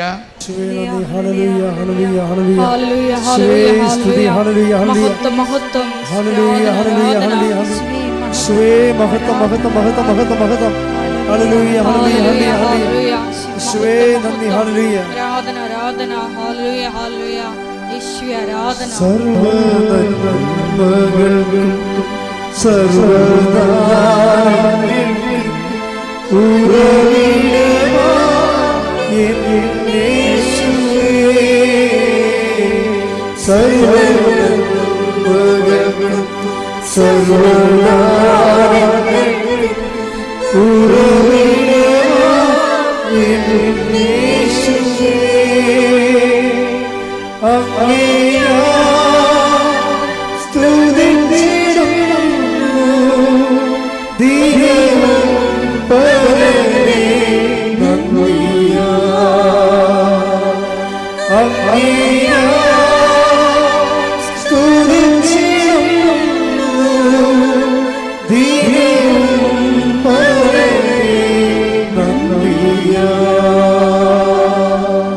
പരിശുദ്ധ പരമദിവ്യകാരുണ്യത്തിന് നേരവും ആരാധനയും സ്തുതിയും പുകഴ്ചയും ഉണ്ടായിരിക്കട്ടെ. അതായത് നമ്മൾ സിൽവിയയുടെ ഒരു സാക്ഷ്യം പറഞ്ഞില്ലേ, സിൽവിയ ജീനമുണ്ടായിരുന്ന കക്ഷി 200 ആപ്ലിക്കേഷൻ റിജക്റ്റ് ആയത് ഒരു സുപ്രഭാതത്തിൽ മാതാവ് മറന്നു പോകാതെ അവളുടെ അടുത്ത് രജിസ്റ്റേർഡ് നേഴ്സാക്കിയ സാക്ഷ്യം പറഞ്ഞില്ലേ. അവളുടെ പരിപാടി എന്താണെന്നറിയാം, ഒരു കാര്യം നോക്കിയാൽ അത് പറയണേ, എൻ്റെ സാഹചര്യത്തിലുള്ള മറ്റുള്ളവരെ അനുഗ്രഹിക്കണമെന്ന് ഞാൻ നിരന്തരം പ്രാർത്ഥിക്കുമായിരുന്നു എന്നാണ്. അവളുടെ സാഹചര്യത്തിലുള്ള മറ്റുള്ളവരെയും അനുഗ്രഹിക്കണമെന്ന് ഞാൻ നിരന്തരം പ്രാർത്ഥിക്കുമായിരുന്നു. പ്രാർത്ഥനയിൽ പോലും ഇപ്പം ചില ആൾക്കാർ PSC ടെസ്റ്റൊക്കെ വിളിച്ചു കഴിഞ്ഞാൽ നിങ്ങൾ പത്രത്തെ കണ്ടു കഴിഞ്ഞാൽ നിങ്ങളുടെ കൂട്ടുകാരോട് പോലും പറയത്തില്ല. നാട്ടുകാരുടെ മുഴുവൻ കുഴപ്പങ്ങളൊക്കെ അവരോട് പറയും. പക്ഷേ PSC ടെസ്റ്റ് ഇങ്ങനെ കോൾ ഫോർ ചെയ്തിട്ടുണ്ടെന്ന കാര്യം കൂട്ടുകാരോട് പറയത്തില്ല. കാര്യം അവൾ വന്ന് അവൾ നിന്നേക്കാൾ പഠിക്കണവളാണ് അവൾ. അപ്പോൾ അവൾ കയറി വന്നു കഴിഞ്ഞാൽ ചിലപ്പോൾ നിൻ്റെ ജോലി അവളെ അടിച്ചു മെറ്റിയാൽ എന്ത് ചെയ്താലും മിണ്ടത്തില്ല. ഉടമ്പടിയിൽ ഈ സംഭവം നടക്കത്തില്ല. ഉടമ്പടിയിൽ ഈ സംഭവം നടക്കത്തില്ല. ദൈവസ്നേഹത്തിൻ്റെ സാക്ഷികളാകാണ് നോക്കണം നമ്മൾ. അല്ലാതെ നിങ്ങളുടെ വയറ്റിപ്പഴപ്പിൻ്റെ സാക്ഷികളല്ല, ദൈവസ്നേഹത്തിൻ്റെ സാക്ഷികളാണ്. അതുകൊണ്ട് ആർക്ക് കിട്ടിയാലും കുഴപ്പമില്ല, കർത്താവ് എനിക്ക് തരാനുള്ള ചോറ് എനിക്ക് തരും. എന്താ കാര്യം? ദൈവസ്നേഹത്തിലൂടെയാണ് നമ്മൾ ആത്മവിശ്വാസം ആർജിക്കുന്നത്. എൻ്റെ മക്കളെ, ഞാൻ പറഞ്ഞത് മുഴുവൻ ശരിയാണ് കേട്ടോ. എന്താ വെച്ചാൽ ഞാൻ നേരത്തെ എന്താ എന്നിലൂടെ ഈശോ പറഞ്ഞത്, നിങ്ങൾ ഏറ്റവും ശ്രദ്ധിക്കേണ്ടത് ഈ ക്രിസ്തു എന്താണ് ചെയ്തതെന്ന് എപ്പോഴും അപ്പായോട് ചോദിച്ചുകൊണ്ടിരിക്കണം. ഞാൻ എപ്പോഴും ഇടയ്ക്ക് ചോദിക്കാറുണ്ട്, അപ്പ ഈ പറയണത് മാത്രമേ ഉള്ളൂ, വേറെ വല്ലതും ഉണ്ടോ? ഈ ക്രിസ്തുവിനെ ഇങ്ങനെയൊക്കെ നൽകുന്നതിൽ അപ്പ എന്തുമാത്രം ഇൻവെസ്റ്റ്മെൻ്റ് ഉണ്ട്, അപ്പ എന്തുമാത്രം വിഷമിച്ചിട്ടുണ്ട് ക്രിസ്തുവിനെ നൽകുന്നതിലേ. ക്രിസ്തുവിനെ നൽകാത്ത ഒരു ഓപ്ഷൻ എടുക്കാൻ അപ്പായ്ക്ക് പറ്റുമായിരുന്നില്ലേ എന്നൊക്കെ ഇങ്ങനെ ഇടയ്ക്കിടയ്ക്ക് ദൈവത്തോട് സംവേദിക്കുമ്പോൾ നമുക്ക് ഏതെങ്കിലും സമയത്ത് പരിശുദ്ധാത്മാവ് നീ അന്ന് അങ്ങനെ ചോദിച്ചില്ലേ, അതിൻ്റെ ഉത്തരവ് ഇതാണെന്ന് പറഞ്ഞുകൊണ്ട് അതാണ് ഞാൻ നിങ്ങളോട് പറയണത്. ദൈവത്തിൻ്റെ സ്നേഹം എന്തുമാത്രം ആഴമാണെന്ന് ദൈവത്തോട് തന്നെ ചോദിച്ചുകൊണ്ടിരിക്കണം. എന്നിട്ട് രക്ഷയെക്കുറിച്ച് ചിന്തിക്കണം, രക്ഷയെക്കുറിച്ച് ആലോചിക്കണം. കാര്യം കർത്താവ് നിവർത്തിയാക്കിയ രക്ഷ. അപ്പം നിനക്ക് ചിലപ്പോൾ നാളെ ജപ്തി നടപടി എന്ന് പറഞ്ഞായിരിക്കും നിനക്ക് നോട്ടീസ് കൈയിരിക്കണത്. അപ്പോഴും നീ ചിന്തിക്കണത് എന്താണ്? കർത്താവ് രക്ഷ, ഈ ലോകത്തിൻ്റെ മുഴുവൻ പാപങ്ങൾ ഏറ്റെടുത്തവൻ തീർച്ചയായിട്ടും എൻ്റെ ഈ ജപ്തി നടപടിക്ക് അവൻ്റെ ഈ പരിഹാരം ഉണ്ടാകാതിരിക്കുമോ? അവൻ്റെ പേര് തന്നെ പരിഹാരമെന്നാണ് അല്ലേ? ലോകത്തിൻ്റെ ഈശോയുടെ പേര് തന്നെ എന്താണ്? പരിഹാരമെന്നാണ്. റെഡീമർ, റെഡീം ചെയ്യുന്ന ആളാണ്, പരിഹാരം ചെയ്യുന്ന ആളാണ്. അപ്പം നമ്മൾ നമ്മുടെ വിഷയത്തെക്കുറിച്ച് ഓവറായിട്ട് നിങ്ങൾ വിശ്വാസത്തിൽ വളരുന്നതനുസരിച്ചുകൊണ്ട് ദൈവത്തെക്കുറിച്ച് ചിന്തിക്കണമെന്നല്ല, ദൈവത്തിൻ്റെ സ്നേഹത്തെക്കുറിച്ച് ചിന്തിക്കണം. നമ്മൾ ഒരു 10,000 കൊല്ലം ദൈവത്തിൻ്റെ താത്വിക പഠനങ്ങൾ നടത്തി. ദൈവം ആരാണ്? തന്നാൽ താനായിരിക്കുന്നു, ആദികാരണനായിരിക്കുന്നു, സർവ്വവ്യാപിയായിരിക്കുന്നു. നമുക്കങ്ങനെ പഠിച്ചിട്ടില്ലേ? അതിൻ്റെ അർത്ഥം ഈ കുറേ 1000 കൊല്ലത്തോളം ദൈവത്തിൻ്റെ സ്വഭാവത്തെക്കുറിച്ച് നമ്മൾ ചിന്തിച്ച് കടകേറിയതാണ്. അത് തെറ്റാണെന്നൊന്നും ഞാൻ പറയണില്ല. പക്ഷേ ഒരു വിശ്വാസി ചിന്തിക്കേണ്ടത് യേശുക്രിസ്തുവിൻ്റെ സ്നേഹത്തിൻ്റെ ആഴമാണ്. വിശ്വാസിയെ സംബന്ധിച്ചിടത്തോളം ദൈവം ഇവൻ്റെ നീ ചിന്തിക്കുന്നത് കൊണ്ടല്ല ദൈവം ഉള്ളത്, ദൈവം ഉള്ളത് കൊണ്ടാണ് നീ ചിന്തിക്കണത്. അപ്പോൾ അതിൻ്റെ അത് നിൻ്റെ ചിന്തയ്ക്ക് ദൈവമായിട്ട് വലിയ വിഷയമൊന്നുമില്ല. നീ ചിന്തിക്കണത് എന്താണ്? യേശുക്രിസ്തുവിനെ തന്നെ സ്പെയർ ചെയ്യാൻ ഞാൻ ആരാണ് എന്ന് ചിന്തിക്കണം. എൻ്റെ അപ്പ യേശുക്രിസ്തുവിനെ തന്നെ എനിക്ക് വേണ്ടി ഏൽപ്പിച്ചു തരാൻ വേണ്ടി മാത്രം അപ്പ എന്നെ എന്തുമാത്രം സ്നേഹിക്കുന്നു, അപ്പയുടെ സ്നേഹത്തിൻ്റെ മഴവിൽ നിറങ്ങൾ എന്തുമാത്രം ഉണ്ട് എന്നൊക്കെ നീ ഒന്ന് ചിന്തിച്ച് നോക്കിയാൽ അപ്പ മനസ്സിലാകും നീ വയറ്റിപ്പഴപ്പിന് വേണ്ടി കൂടിയിരിക്കണമല്ല, അപ്പായായിട്ട് ഇതിനെ കണ്ടിട്ട് അപ്പായ്ക്ക് വേണ്ടി ആണ് യേശുക്രിസ്തുവിനെ പോലും സ്നേഹിക്കുന്നത്, അപ്പായുടെ മഹത്വത്തിന് വേണ്ടിയാണ്. ഒന്ന് പ്രാർത്ഥിച്ചേ. എൻ്റെ കർത്താവായ ദൈവമേ, അങ്ങയുടെ സ്നേഹത്തിന്റെ അങ്ങ് സ്നേഹത്തിന്റെ ആഴങ്ങള് അളക്കുവാനും മനസ്സിലാക്കുവാനും എന്നെ അനുവദിക്കണമേ. നീ നടത്തിയ രക്ഷാപദ്ധതികള് അതിൽ മനസ്സിൽ സന്തോഷിച്ചുകൊണ്ട് നിന്റെ നാമത്തിന്റെ മഹത്വത്തിനായി ജീവിക്കുവാൻ എന്നെ അഭിഷേകിക്കട്ടെ. ഹല്ലേലൂയ, ഹല്ലേലൂയ, ഹല്ലേലൂയ. ദൈവപിതാവേ നന്ദി, ദൈവപിതാവേ മഹത്വം, ദൈവപിതാവേ ആരാധന.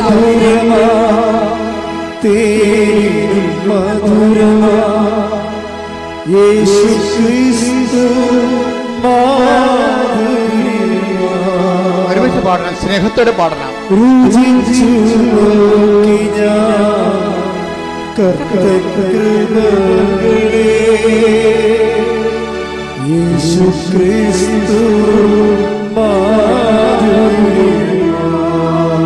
രുചിച്ചു നോക്കിയാ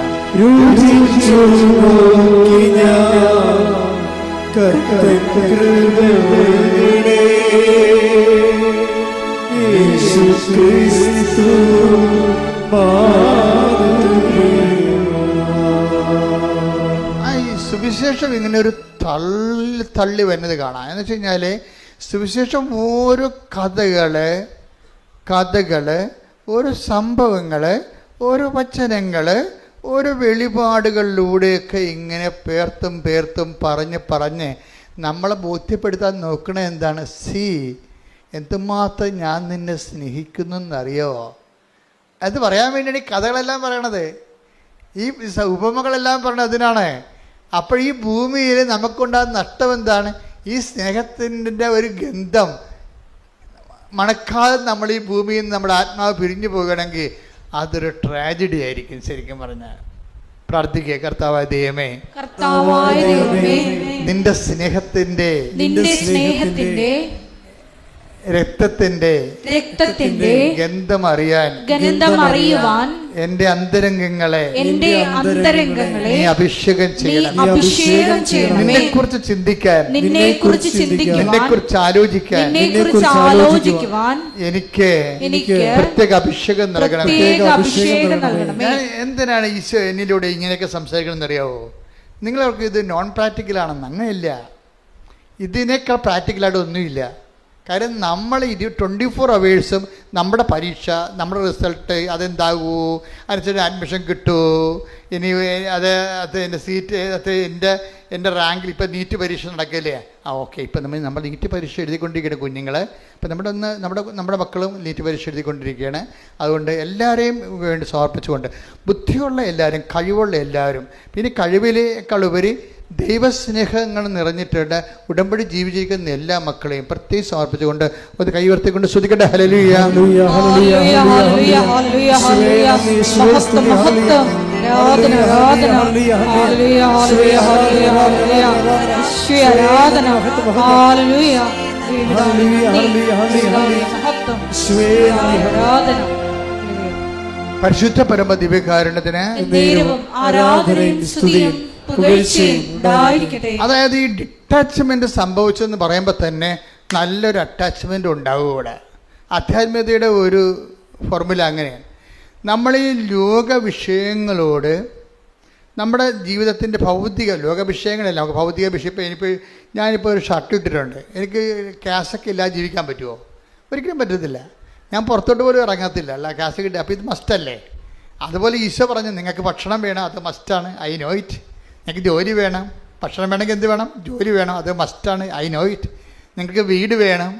കഴിഞ്ഞ ദിവസങ്ങളിലേ ഈ ബാഹുലേൻ എന്നും പറഞ്ഞൊരു സാക്ഷ്യമുണ്ടായി. ബാഹുലേൻ കരഞ്ഞുകൊണ്ടാണ് സാക്ഷ്യം പറയണത്. ബാഹുലേൻ്റെ വീടിൻ്റെ പേരെന്താണെന്നറിയാമോ? കൃപാസനം. കളിക്കാവിലുള്ള ട്രിവാൻഡ്രത്ത് കളിക്കാവിലുള്ള ആളാണ്. അപ്പം അദ്ദേഹത്തിൻ്റെ ആൾ പറയണതേ, എൻ്റെ അന്ന് അദ്ദേഹത്തിന് ഈ ബാഹുലേൻ എന്ന് പറയുന്ന ആളിന് ഒരു 10-65 വയസ്സുണ്ടേ. അപ്പോൾ അദ്ദേഹത്തിൻ്റെ കൂട്ടുകാരെന്ന് പറയുമ്പോൾ ആ ഒരു പ്രായം കണ്ടില്ലേ. അപ്പോൾ അദ്ദേഹം പറയും എനിക്ക് മാത്രം വീടില്ല എന്ന് പറയും. അമ്മയോട് വന്നിട്ടും പറയും എനിക്ക് മാത്രം വീടില്ല, ഞാൻ തുഴഞ്ഞിട്ട് എത്തിയില്ല എന്ന് പറയും. അത് അമ്മയുടെ മുമ്പിൽ ആരോ പറഞ്ഞ് അമ്മയുടെ അടുത്ത് ചോദിച്ചാൽ വീട് തരുമെന്ന് പറഞ്ഞു. അപ്പം അങ്ങനെ കളിക്കാവില്ല എന്ന് അദ്ദേഹം ഇവിടെ വരണത്. അപ്പം അമ്മയോട് ആദ്യം കരുണ ചെയ്താൽ എൻ്റെ പ്രായക്കാർക്കെല്ലാം വീടുണ്ടെന്ന്. 65, അതായത് ആ സംഘടന നിങ്ങൾ മനസ്സിലാക്കണേ, അത് വല്ലാത്ത സംഘടനമാണ്. 65 വയസ്സുള്ളൊരു മനുഷ്യൻ, അയാൾക്ക് 2 പെൺകുഞ്ഞുങ്ങൾ, അയാൾ തോറ്റു നിൽക്കുകയാണ്. എന്താണ്, അയാളുടെ പ്രായക്കാർക്കെല്ലാം 65 വയസ്സുള്ള അപ്പന്മാർക്കെല്ലാം സ്വന്തമായിട്ട് വീടുണ്ട്, അയാൾക്ക് വീടില്ല. അപ്പം അമ്മയെ കണ്ടപ്പോൾ വയസ്സ് 65ആയി. അമ്മേ എനിക്ക് മാത്രം വീടില്ല, 30 കൊല്ലമായി ഞാൻ വീടിന് വേണ്ടി പരിശ്രമിക്കും, 30 കൊല്ലമേ. അമ്മ വേറെ ഒന്നും ചെയ്തില്ല, അപ്പം തന്നെ ആ ഫയലെടുത്ത് ഒപ്പിട്ട് ആ 1 മാസം തന്നെ വീടായി.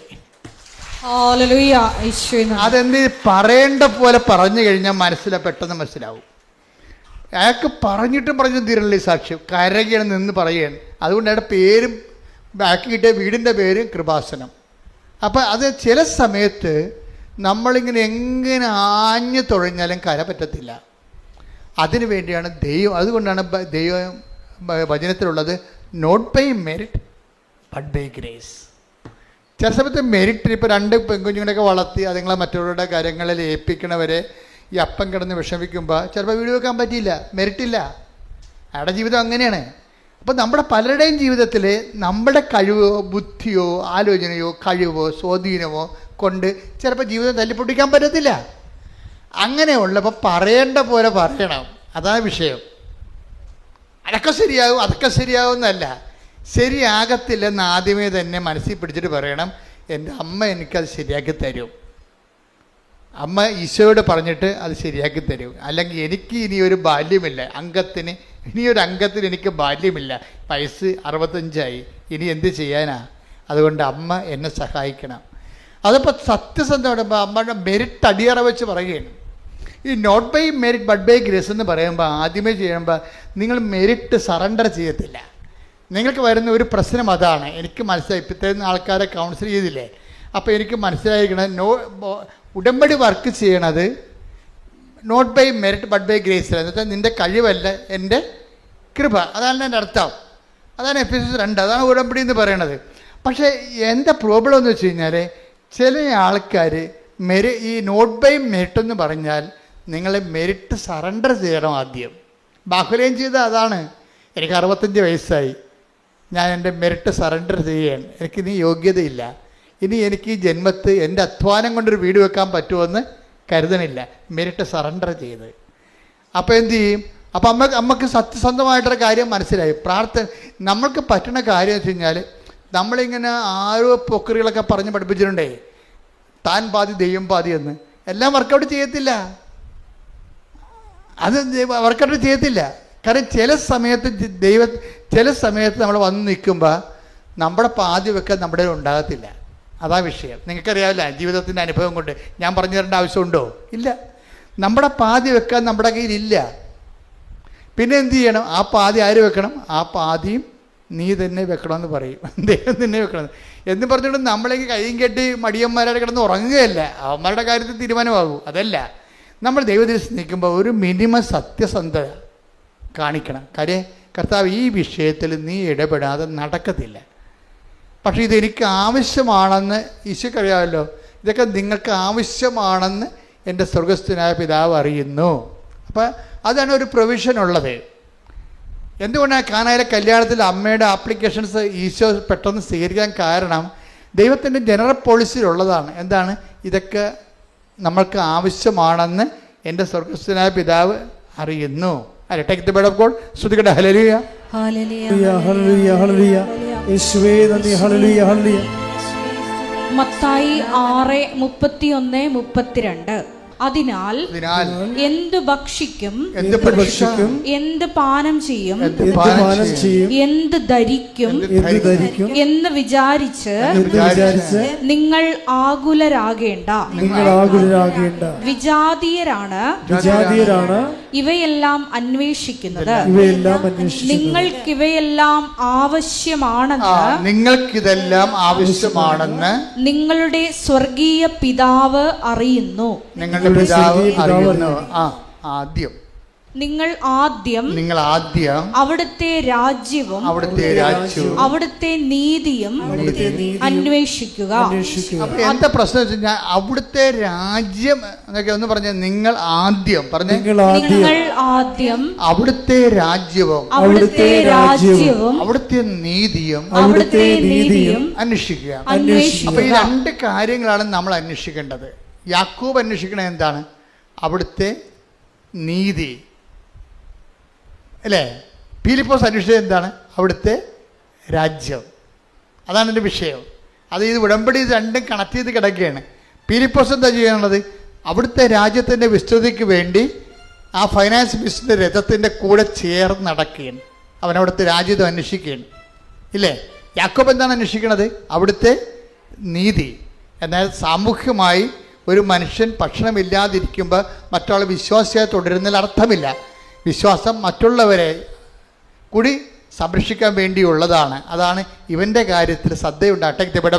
ലൂക്കാന്റെ സുവിശേഷം. ശ്രുതിക്കട്ടെ. ഹല്ലേലൂയ, ഹല്ലേലൂയ, ഹല്ലേലൂയ.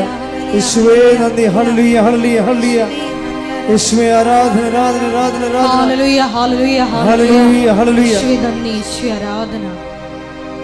കൈവല്യ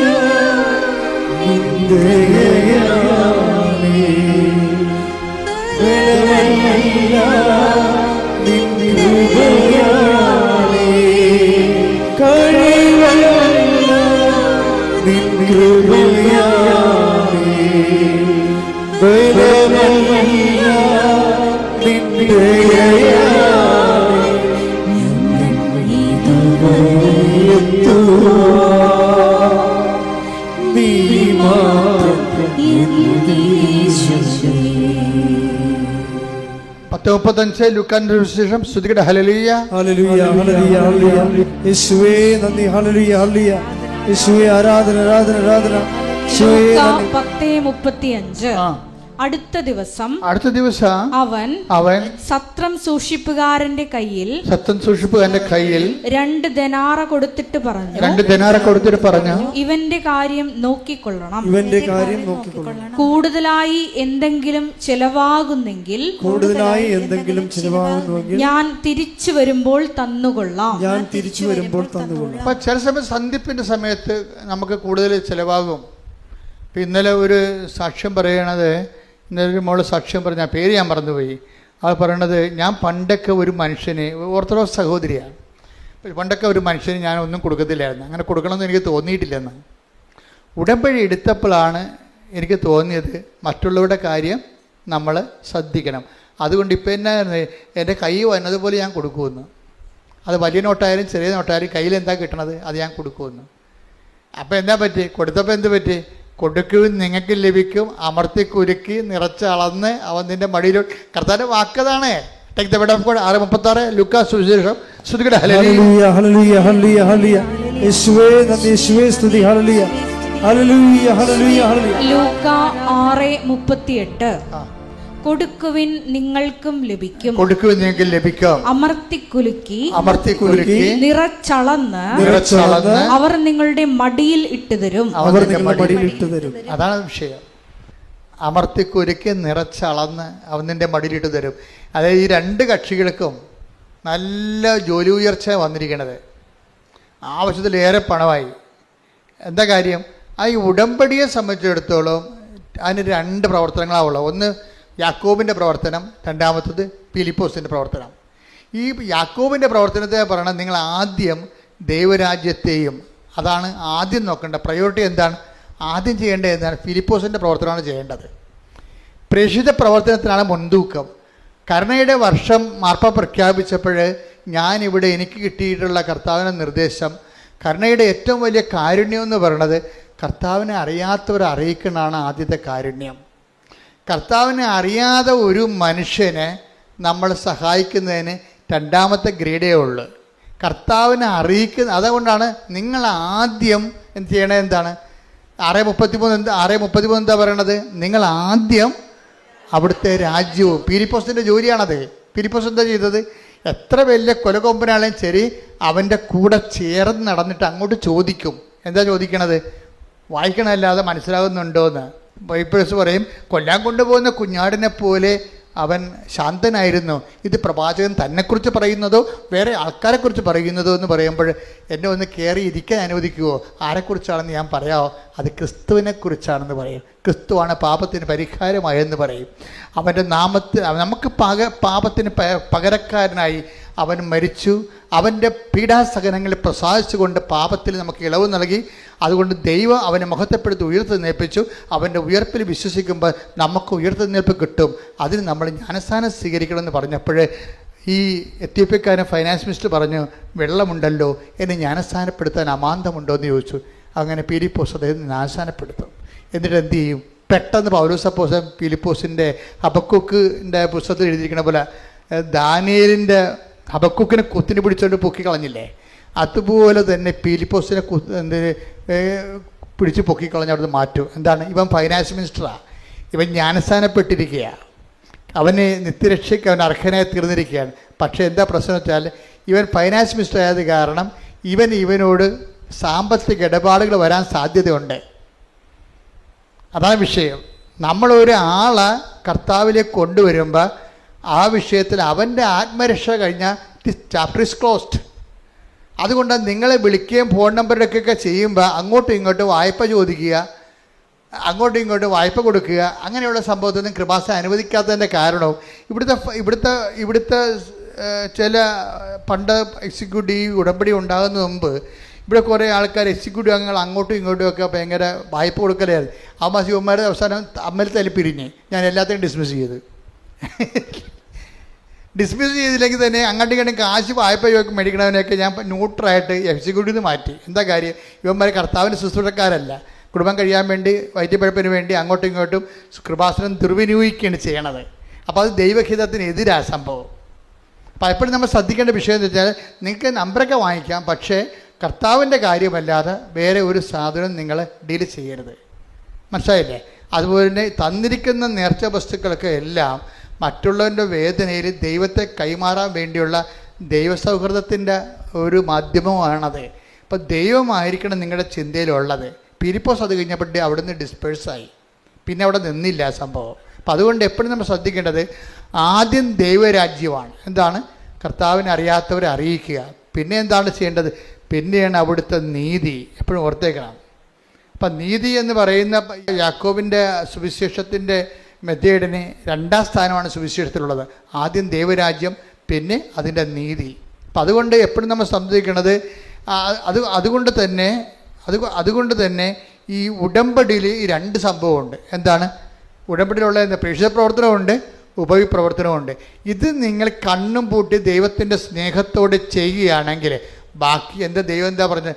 ബാക്കിയുള്ളത് ചേർത്ത് നൽകും. ഒന്ന് വായിച്ചേ ശ്രുതികട ഹല്ലേലൂയ ഹല്ലേലൂയ ഹല്ലേലൂയ ഹല്ലേലൂയ ഹല്ലേലൂയ. യേശുവേ നന്ദി. ഹല്ലേലൂയ ഹല്ലേലൂയ. മത്തായി 6:33 നിങ്ങൾ ആദ്യം അവിടുത്തെ രാജ്യവും അവിടുത്തെ നീതിയും അന്വേഷിക്കുക, അതോടൊപ്പം മറ്റുള്ളവയെല്ലാം നിങ്ങൾക്ക് ലഭിക്കും. Praise the Lord. Praise the Lord. മുട്ടേ നിൽക്കുക.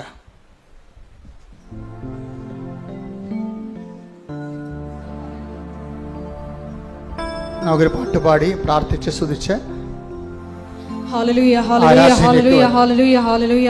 മഹത്വം മഹത്വം ആരാധന ആരാധന. ഹല്ലേലൂയ ഹല്ലേലൂയ യേശുവേ നന്ദി. യേശുവേ ആരാധന. ഹല്ലേലൂയ ഹല്ലേലൂയ. മഹത്വം മഹത്വം ആരാധന ആരാധന. ഹല്ലേലൂയ ഹല്ലേലൂയ ഹല്ലേലൂയ. യേശുവേ നന്ദി. യേശുവേ വചന സൗഖ്യത്തിന്, വചന സന്ദേശത്തിന് നന്ദി പറയുന്നു. രോഗസൗഖ്യ സന്ദേശങ്ങൾക്ക് നന്ദി പറയുന്നു. ഹല്ലേലൂയ ഹല്ലേലൂയ. മഹത്വം മഹത്വം യേശുവേ നന്ദി. ഹല്ലേലൂയ hallelujah hallelujah hallelujah hallelujah hallelujah hallelujah hallelujah.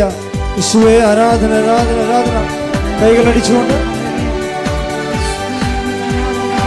എനിക്കായി കരുതുന്നവൻ ഭാരങ്ങൾ വഹിക്കുന്നവൻ, എല്ലാവരും എഴുന്നേറ്റ് നിൽക്കുക. എനിക്കായി കരുതുന്നവൻ, ഭാരങ്ങൾ വഹിക്കുന്നവൻ, എന്നെ കൈവിടാത്തവൻ, യേശുവിൻ കൂടെയുണ്ട്. എന്നെ കൈവിടാത്തവൻ, യേശുവിൻ കൂടെയുണ്ട്. പരീക്ഷ എന്നെ ദൈവം അനുവദിച്ച പരിഹാരം എനിക്കായി കരുതിയിട്ടുണ്ട്. പരീക്ഷ എന്നെ ദൈവം അനുവദിച്ച പരിഹാരം എനിക്കായി കരുതിയിട്ടുണ്ട്. എന്തെന്ന് ചോദിക്കില്ല ഞാൻ, എന്റെ നന്മയ്ക്കായി നേരിടുന്നു ഞാൻ. എന്തെന്ന് ചോദിക്കില്ല ഞാൻ, എന്റെ നന്മയ്ക്കായി നേരിടുന്നു ഞാൻ. സ്തുതിക്കട്ടെ. ഹല്ലേലൂയ, ഹല്ലേലൂയ, ഹല്ലേലൂയ. യേശുവേ ദേവപിതാവേ നന്ദി, ദേവപിതാവേ മഹത്വം, ദേവപിതാവേ ആരാധന. ഞങ്ങളുടെ ഇടയിലുള്ള അവിടുത്തെ സജീവ സാന്നിധ്യത്തിന് ആരാധന. ഹല്ലേലൂയ, ഹല്ലേലൂയ. മഹത്വം, മഹത്വം, ആരാധന, ആരാധന. ഹല്ലേലൂയ. യേശുവേ നന്ദി, യേശുവേ ആരാധന. ഹല്ലേലൂയ. മഹത്വം, മഹത്വം, ആരാധന, ആരാധന. അവിടെ ഞാനില്ല,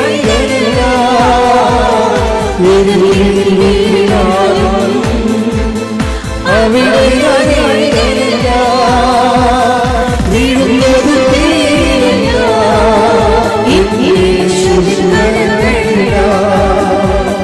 വീഴുന്നത് തീരില്ല,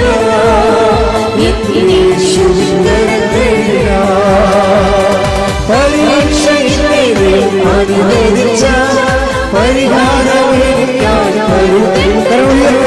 പരീക്ഷ അനുവദിച്ച പരിഹാരം എനിക്കായി കരുതിയിട്ടുണ്ട്.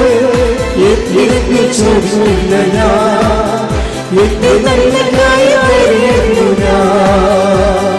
എന്തിനു ചോദിച്ചില്ല ഞാൻ, എന്റെ നന്മയ്ക്കായി നേരിടുന്നു ഞാൻ. സ്തുതിക്കട്ടെ. ഹല്ലേലൂയ, ഹല്ലേലൂയ. മഹത്വം, മഹത്വം, ആരാധന, ആരാധന. ഹല്ലേലൂയ, ഹല്ലേലൂയ. ഹല്ലേലൂയ. പിതാവേ മഹത്വം, ദേവപിതാവേ ആരാധന. ഹല്ലേലൂയ, ഹല്ലേലൂയ, ഹല്ലേലൂയ. യേശുവേ ആരാധന. ഹല്ലേലൂയ. മഹത്വം, മഹത്വം, ആരാധന, ആരാധന. ഹല്ലേലൂയ, ഹല്ലേലൂയ, ഹല്ലേലൂയ. ഹല്ലേലൂയ, ഹല്ലേലൂയ. യേശുവേ ആരാധന. ഹല്ലേലൂയ, ഹല്ലേലൂയ, ഹല്ലേലൂയ.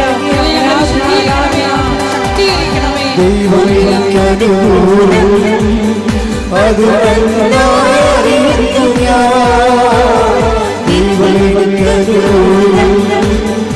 അത് അറിയിക്കുന്നു ഞാൻ.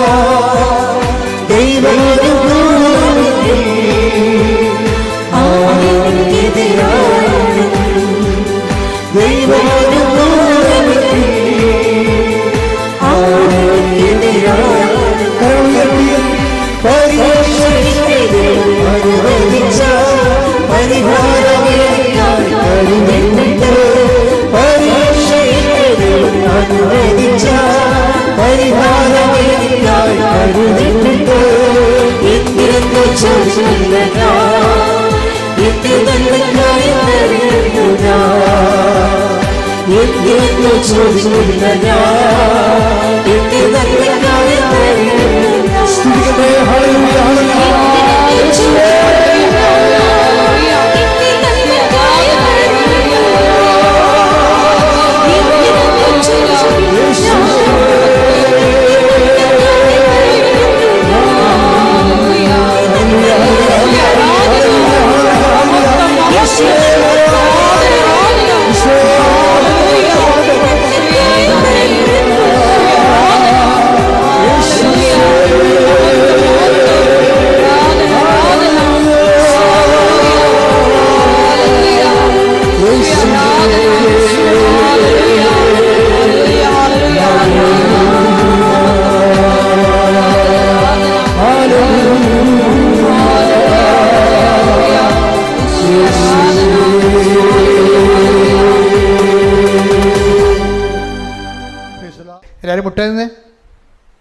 കർത്താവ് ആശീർവദിക്കട്ടെ. ഒരിക്കൽ കൂടി മരിയൻ ഉടമ്പടിയിൽ സമർപ്പിച്ചിരിക്കുന്ന എല്ലാ വിഷയങ്ങളും ദൈവമാതാവിൻ്റെ മധ്യസ്ഥയിൽ ദിവ്യകാരുണ്യ സന്നിധിയിൽ നമുക്ക് സമർപ്പിച്ച് പ്രാർത്ഥിക്കാം. ഇന്നത്തെ ഉടമ്പടി ധ്യാനത്തിൻ്റെ വലിയ വചന വെളിപാടിന് നമുക്ക് നന്ദി പറയാം. നമ്മൾ ആദ്യം അന്വേഷിക്കേണ്ടത് അവിടുത്തെ രാജ്യമാണ്, ശേഷമാണ് നീതിയെക്കുറിച്ച് അന്വേഷിക്കേണ്ടതെന്ന്. ഫിലിപ്പോസിൻ്റെ പ്രേക്ഷിത ചൈതന്യത്തെ ദൈവരാജ്യ വികസനത്തോട് ഉപമിച്ചാണ് ബഹുമാനപ്പെട്ട അച്ഛൻ പറഞ്ഞത്. യാക്കോബിൻ്റെ പ്രവർത്തനങ്ങളെ ദൈവ നീതിയോട് തുലനപ്പെടുത്തിയും. ഈശോയെ, വലിയ വചന വെളിപാടിന് നന്ദി പറഞ്ഞുകൊണ്ട് നിന്റെ ദൈവരാജ്യ വികസനത്തിനായി ഞങ്ങളെ തിരഞ്ഞെടുത്ത് അഭിഷേകം ചെയ്യണമേ എന്ന് പ്രാർത്ഥിച്ചുകൊണ്ട് നമുക്ക് ശിരസ് നമിച്ച് ദിവ്യകാരുണ്യനാഥൻ്റെ ആശീർവാദം സ്വീകരിക്കാം.